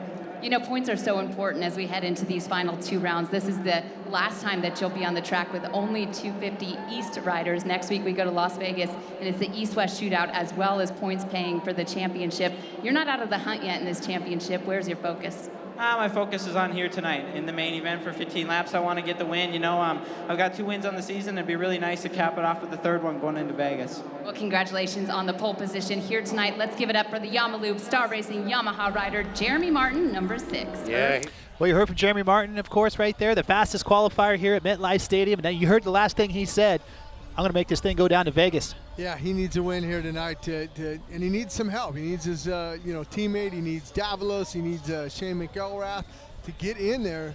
Like Bowers. Said, he's got a 14-point deficit. You can't come into this event and say, look, I'm going to get all 14 tonight. Just manage it. If I can get 7, if I can get 5, yeah, that's good. You know, going into Vegas with that East-West shootout, that's going to shuffle up a lot of things. And don't. I mean, I'm telling you, next week, don't think that some team tactics might not come into play. I was just thinking the same thing, Jim. These guys are adding on their chalkboard and saying, look, right, we might have a Bob Hanna, Brock Lever, let Brock buy. Oh, surely scenario. not. You think so? I don't. Hey. You've been a part of that, though. You've been a part of Supercross history and been in that situation before. Yeah, Pasadena. You know, Wardy and Brock Lever were going for the championship, and I was riding for Yamaha at the time, and they said, hey, whatever you do, you don't hold up Brock, but make sure you hold up everybody else. Okay. Maybe some shake and bake action out there. Maybe a little bit, but I don't know. You try to tell Cooper Webb to let somebody go by. I don't think he's going to handle that too well. He's that kid's set on kill every time the gate drops. You know, it'd be tough for him to try to help anybody else except for himself. That's a greedy racer right there. That's why he has all those victories and big point lead in the 250 West. But the 450A Group A qualifying number 2, sitting there in the MX versus ATV Supercross Encore starting gate. Dungey looks pretty relaxed. Title time. Yeah, I mean, just look at his mannerisms hanging over the bike, talking to the AMA guys, talking to Anderson. They're all sitting there. Myra, you said that the guy that they're talking to now, Trey Canard, had a pretty good get off, but he's okay. Yeah, he did. It was wild. But yeah, he's okay. I saw him give an update at his rig, and he's good to go. Obviously, he lined up for qualifying after that, so he must have not injured himself too badly. He's ready to go. He was looking pretty fast. Third overall. Just like that guy practice. is right there. Yeah. Jimmy John's Suzuki RCH ride of. Everybody in that picture is riding well. You know, Josh Grant's been riding well. Bogle's riding well. Brayton's riding well. Cole Seeley back there returned last weekend. Came from dead last up to 7th. Cole Seeley could have won this race last year. Finished on the podium. Yeah, was leading it for a while. Definitely did not expect to see him in the LCQ, even though it was his first race back last week. Yeah, he just kept having some spills and stuff. Well, him and I talked to Blake Bagger. I said, what happened in that? Obviously we know what happened with him in the semi when he ran into Benny Blas right there, and he got up. But I asked him what happened in the last. He said he went into the first turn and riders hit him, ripped off his foot peg. Right off the frame. So his mechanic had a lot of work to do this week, reframing the frame, but I've never heard of that. That's been a long time. Tearing the foot peg off. Tore it off so he couldn't compete. That was it. So, he just says, look, it was, bad luck. I don't, it happens. It's like if you're at a stoplight and, someone rear ends you, it's not my fault. It happens. And so he's thinking positive as he's coming here into MetLife. Exciting coming up. Can't wait to see this qualifying action right here. Tomac riding good. Says he fixed something on the front end of the machine. It's inspired more confidence with turning. And then it was evident last week, and it looked like a light switch went off. He was about 5th or 6th, and all of a sudden here came number 3. And Jim, you pointed him out. You said, "Hey, keep your eye on Tomac. He's flying." He caught up to 2nd place, started gaining on Roczen a little bit, and then Roczen looked over and said, "Nope, not this weekend." I'm tired of finishing 2nd. I'm going to win one of these things again. Let's talk about dark horses for the podium, Myra. Consistently it's been Dungey, Roczen, Anderson. Who do you see, if it's not going to be one of those guys, who do you see jumping into the podium tonight? If it's not Dungey, Roczen, or Anderson? Yeah. I really think that Trey Canard is on the hunt. If there's one guy that is just ready to do battle and get a podium, because we haven't seen him get a podium all year long, that's very unusual for him. It's a contract year for him, so I think the pressure's on a little bit for him. And not even just that, but it's just, he's hungry for a podium. That's his spot. He belongs on the podium. So I think that's a guy that is definitely going out there to do battle for one of those top spots. Couldn't agree more. Last year he was in the middle of 6 out of 8 podiums with 2 victories, and you got to go all the way back to Indianapolis last year for his last podium. And the big number 41's been fast, and it's just, we've said it over and over and over again. Starts. He needs to get off the gate, get at the front. He has the speed, like you said, Myra, and I couldn't agree more. If it's not going to be Dungey, Roczen, Anderson up there, I think old Trey's going to jump up there, of course. Yeah, I got to agree. I think Trey's number 3's looking good guy. too. Yeah, 3's look good, but he's been on the podium this year. He's won an event. Daytona. So, if anybody, outside of that podium or hasn't won one, it's got to be Trey Canard. Right. But you know what? Another guy that maybe not going to be on the podium, not super sure that he would be, but that's been looking really good the last few weeks, Justin Bogle. Riding well. Getting good starts, too. In San Diego, too, he was 26th in points, and now I believe he's sitting 13th in points. Right. As Anderson leads him around right now. 450A qualifier number 2, off and running.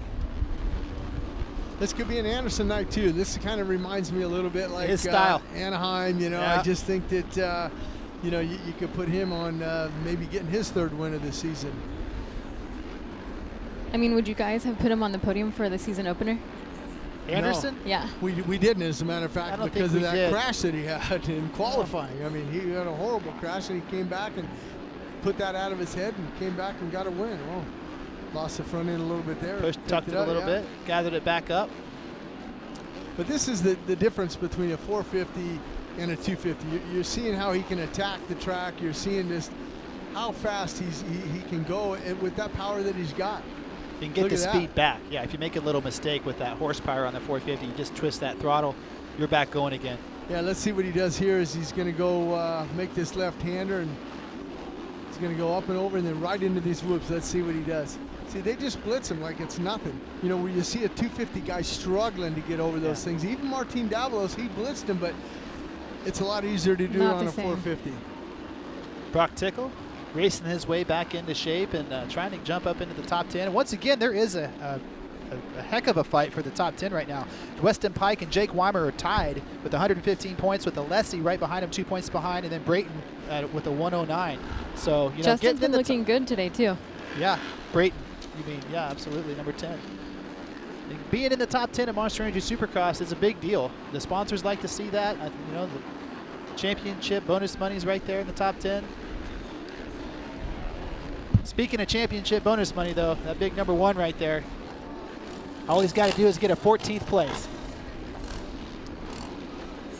Yeah, that's if Roczen's winning. Right. If yeah, Roczen's third, finishes he has second, to finish, he can afford to drop a few more spots down. Joined some pretty tall company with his third Monster Energy Supercross championship. Bob Hanna, Jeff Stanton with 3 championships. You know, Dungey's proud to join names like that. Yeah, I think he's still going to be on the podium tonight. I just don't think he'll be battling for the win. I think if he gets a whole shot and those guys, you know, eat him up right away, I don't think he's going to fight back. I think he's just going to, okay. And even if, you know, he gets into a little fight for that podium spot, I think he'll give up his 31 consecutive podiums to win a championship and finish up 4th or 5th. Absolutely. He's the kind of guy that if the opportunity is there, he'll take it. But he's not going to fight for it and risk losing the championship here. It just, it makes me excited. We're greedy as fans. You know, think about what we're just talking about right now. Dungey, Roczen, Tomac, Anderson, Canard. We have 4 or 5 guys that can win these races. And it's been, you know, we went through a lot of years of just having 1 or 2 guys that we knew were going to win. When Jeremy was in his reign, Jeremy was going to win. When Carmichael was out there, he had him. You know, right now to have this kind of parity this deep into the championship, just it just goes to show how special this season's been and how much cooler it's going to be next year too.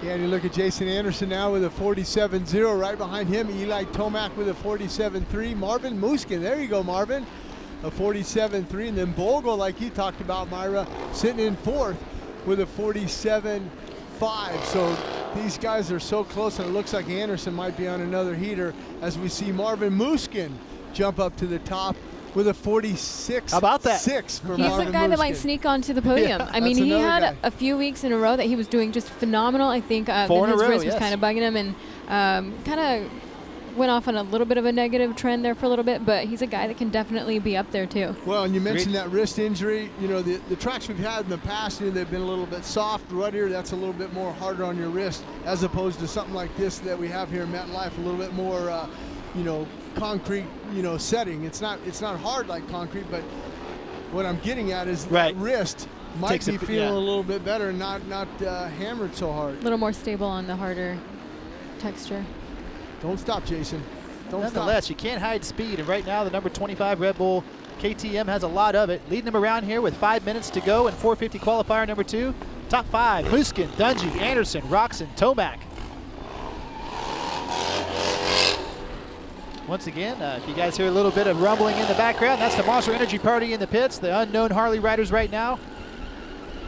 Myra said we're getting a chance to look at the split ski now. Myra, you said you got a chance to drive with BJ Baldwin. How about getting on the back of one of these motorcycles? You know what? I have. Well, I ride Harleys. Yeah. So I mean, I do ride, but I mean, I don't know that I would get on the back of one of the bikes during one of the stunt show. I mean, maybe I would. Actually, I had friends that got married on a road racing track and had a track day in the middle of their kind of wedding day, and I hopped on the back with one of my friends, you know, going 100-something odd miles an hour, totally leaned over, dropping the knee. You had a helmet, right? Of course I had a Okay, I helmet. just wanted to make sure. I had full race leathers on. Oh, nice. Over the dress that I wore to the wedding. Wow. That's cool. You got Kenny Roczen in frame right there. 3 second places in a row, then a victory. And I just kind of got a feeling he's going to win the next 2 races here to close out the 2016 Monster Energy AMA Supercross and FIM World Championship. You think so? Six on the season for I him think then. he's going to win tonight and next weekend. There was something in his eyes after that second place finish in St. Louis. He was not happy, and he was like, I'm tired of this. I'm not finishing second anymore. He told me he had the fire in his soul last week. Is that what he said? That's what he said. Fire I in went his up soul? to him. Yeah, Fire in his soul. On his new, All right. his song, you know. Oh, that's right. G-E-Z, you know, that's his G-Eazy, thing. his intro song for I asked opening him, ceremonies. That's I said, right. hey, man, great win. He said, I had the fire in my soul. Perfect. I'm not gonna lie, I really like that tune. There's Josh Grant, been riding well too. stepping up into that ride right. See, there we go with Trey Canard in second. Oh, this is getting good. Interesting. Dungey up to the top. Canard second. How much has Dungey got him by? Just a 10th. Barely a 10th of a second right there. Yeah, see, Kenny Roczen's in 8th right now in the timing. I just don't know. I don't know. Now Anderson goes to the top. You know, and Roczen wasn't the fastest in the first qualifying session either. He was down there in 6th. Yeah, I don't know.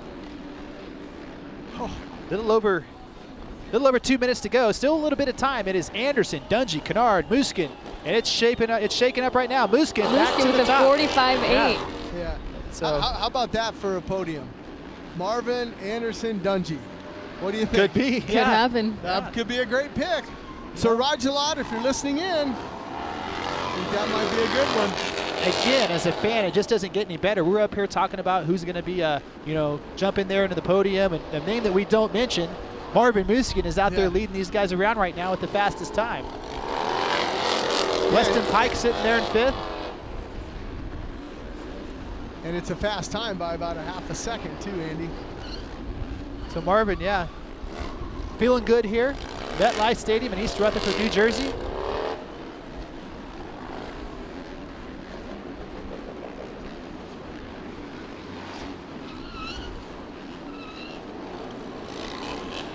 Dungey circulates right now, sitting in 3rd. Comes into the pits. Weston Pike up there now in that top 5. Right. Good to see him up There's there. Marvin Musquin right there. Let's see how he's getting around the track. He's got to be doing something a little bit different than everybody else. He's just smooth, Jim. I think his corners are good. Wheeling into the face of that wall right there. He's picking up some time. Well, and you see like Anderson on that section right there. Anderson kind of comes up a little short where Marvin lands on the downside cleanly.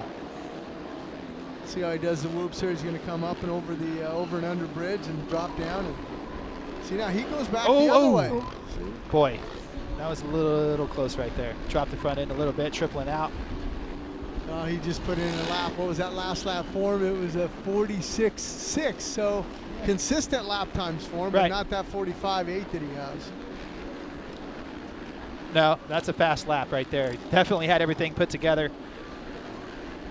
Time's running out, under a minute to go. Marvin Musquin is the fastest, followed by Eli Tomac jumping up there close to the top.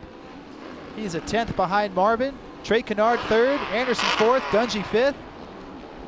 Like we said, we knew this was going to be a competitive qualifying, and it's lived up to its billing. I'm trying to remember last week in Gillette Stadium where Kenny Roczen's times were. Were they?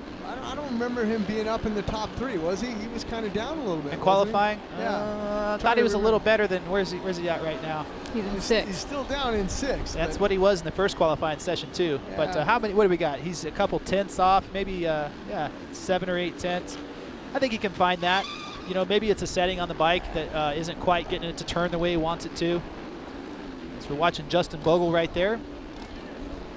I'm surprised to see Chad Reed still down in 14th, and him and Seeley 13th and 14th right now. Time running out. Checkered flag's coming out. We'll see if Marvin's going to hang on right there. I think he's going to with that 45.8 right there. Almost, he's a 10th faster than Tomac. Tomac put down a good lap there too. So Musquin, Tomac, Canard, Anderson, Dungey. We'll see if that shakes up here as the checkered flag's coming out and the riders are coming off the track. But more than likely, that's going to be your final rundown. Continue to hear the Harleys in the background going through the gears. I'm just waiting for the pop. Blowing the tires off of them. They did it last week in Gillette Stadium. We can't even see them now in the smoke. What a good show. Been a great day here, race day live. Monster Energy Party in the pits has been, it's been awesome. The crowd, like you said, Myra, once they showed up and filled those grandstands, they stayed all day long. Everyone's been really excited as I was walking around the pits. Just really excited about today. Right. Lurch is going to hook up with Marvin here. Great run for the 25 Red Bull KTM. Let's give it up for Marvin Musquin. 45.8, a great time in that second qualifying session. Guys, they caught you a couple times, but then you put that fast one up only a few laps ago. Congratulations. Thank you. Yeah, I feel better on the bike right now. Track stuff, but we try our best. And thanks to the Red Bull KTM team and all the work. You know, I was leading, but I expected the other guys to beat me. And but I had a really good lap and perfect, so I was happy. You know, is this the kind of track that's coming around and it's going to get faster throughout the night? Yeah, right now it's faster because they fixed the berm and we're able to carry the speed and stuff. So, but always practice and races is different. Track's always better. You know, one of the things about you, were doing great at the beginning of the season, had that wrist injury, and it looks like it's not bothering you too much, especially with posting that fast time. Yeah, it's a lot better. It's been 2 weeks that I've been back and training full time and be able to do the training, so it makes a big difference. I had 2 weeks off, and you know, we do that every single week, every day training, and when you stop and you know, rest for injury, it's tough to come back, and but we try our best, and we proved that we're able to get some podiums finish and almost a win. So we try our best and get a good start, and tonight is going to be interesting. A lot of good guys. Well, ladies and gentlemen, a great job on his qualifying run. Congratulations to him and his team, Red Bull KTM. Well, we just heard from Marvin right there. I'm a little bit surprised. I got to admit, I didn't expect him to go out there and be the fastest qualifier today. You guys? Not really. I Not mean, surprised? You know, he's used to, you know, more of a, you know, softer type of track like we saw in Atlanta when he almost won that one when he finished up second, and some of the other ones that were in the middle of the season where he was carrying that consistent podium streak. You never can count the guy out, though. No, lots of talent there. I was really listening to, you know, how his answers are, looking to see, you know, he wasn't sweating. He was just, I mean, calm.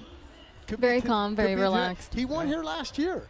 So right. he in the 250 class yeah. wrapped up the championship here, and what we've always talked about on Race Day Live, when you come back to a venue that's been good, you feel good, and we're seeing that happen here with Marvin Musquin.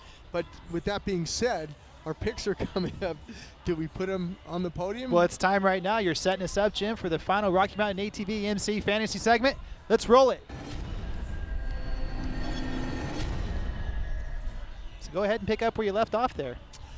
Yeah, I mean, it's hard to leave him off of the podium, but you look at other guys. Kenny Roczen, you know, is on a roll, and we're going to look at a chance here to see what Siraj Latz and all the boys that are playing the RM Fantasy there. They got Dungey, Roczen, Anderson, Tomac, Canard, and you don't even have Weston Pike there for 9th on the wild card, but you don't even have Marvin Musquin on there. So, I mean, top three, Jim. Who you got? Oh, it's making it hard. I think I'm still going to go with Tomac. I just think Eli won here. Yeah, for the victory. I think Tomac won here last year. His qualifying times, he was second behind Marvin. I just think that, you know, with the changes that he made on the motorcycle, I think I'm going to go with a Tomac. And I think I'm going to put Marvin for second. Oh, boy. And Dungey for third. Okay. And I've left off Train. I've left off Anderson, all those guys that could be up there, and I could be wrong. Myra, your picks? Well, I was a little bit surprised actually by Marvin, maybe because all day we've been talking about how Ken Roczen and Eli Tomac have really, you know, kind of put things together in the last few weeks. I don't think I'm going to put him on the podium, though. I think I'm going to go with Dungey to take the win. I'm going to go with Tomac in second, and I'm going to have to go with Ken Roczen in third, Anderson fourth. Right, and for 9th place for the wild card. 9th place, I'm going to go with Chad Reed. Solid picks right there. I think, like I said all day long on Race Day Live, I think Roxon's on a roll right now, regardless of what he qualified. Not too spectacular in qualifying, but I think he's going to win again and win his second in a row, his 5th of the season.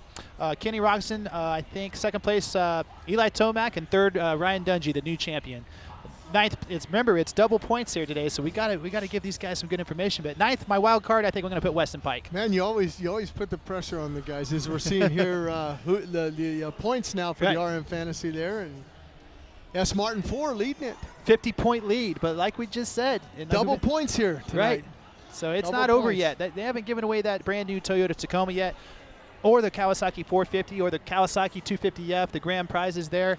It's been a great day for grand prizes. You know, we gave away the 1,000,000th can redemption here today. It was Jonathan Smith. Yeah. So he picked up a brand new motorcycle from Kawasaki, a year's supply of Monster, VIP tickets to MetLife next year. So what a good day for him. What a good day for all of us. Haven't we had fun today? I've been a great time, and it's just a good day for the environment. I mean, you know, think of all the cans we're recycling and everything, you know, helping the environment. You know, I know that each and every stadium we go to, they have different trash cans for recycled trash and all that, and I think that's pretty cool. Right. Well, I tell you what's cool coming up. It just gives me goosebumps thinking about it. We have one more race until we return to the East-West Shootout in Las Vegas. What do you guys think? You know, any predictions there? Any early predictions in the East-West Shootout?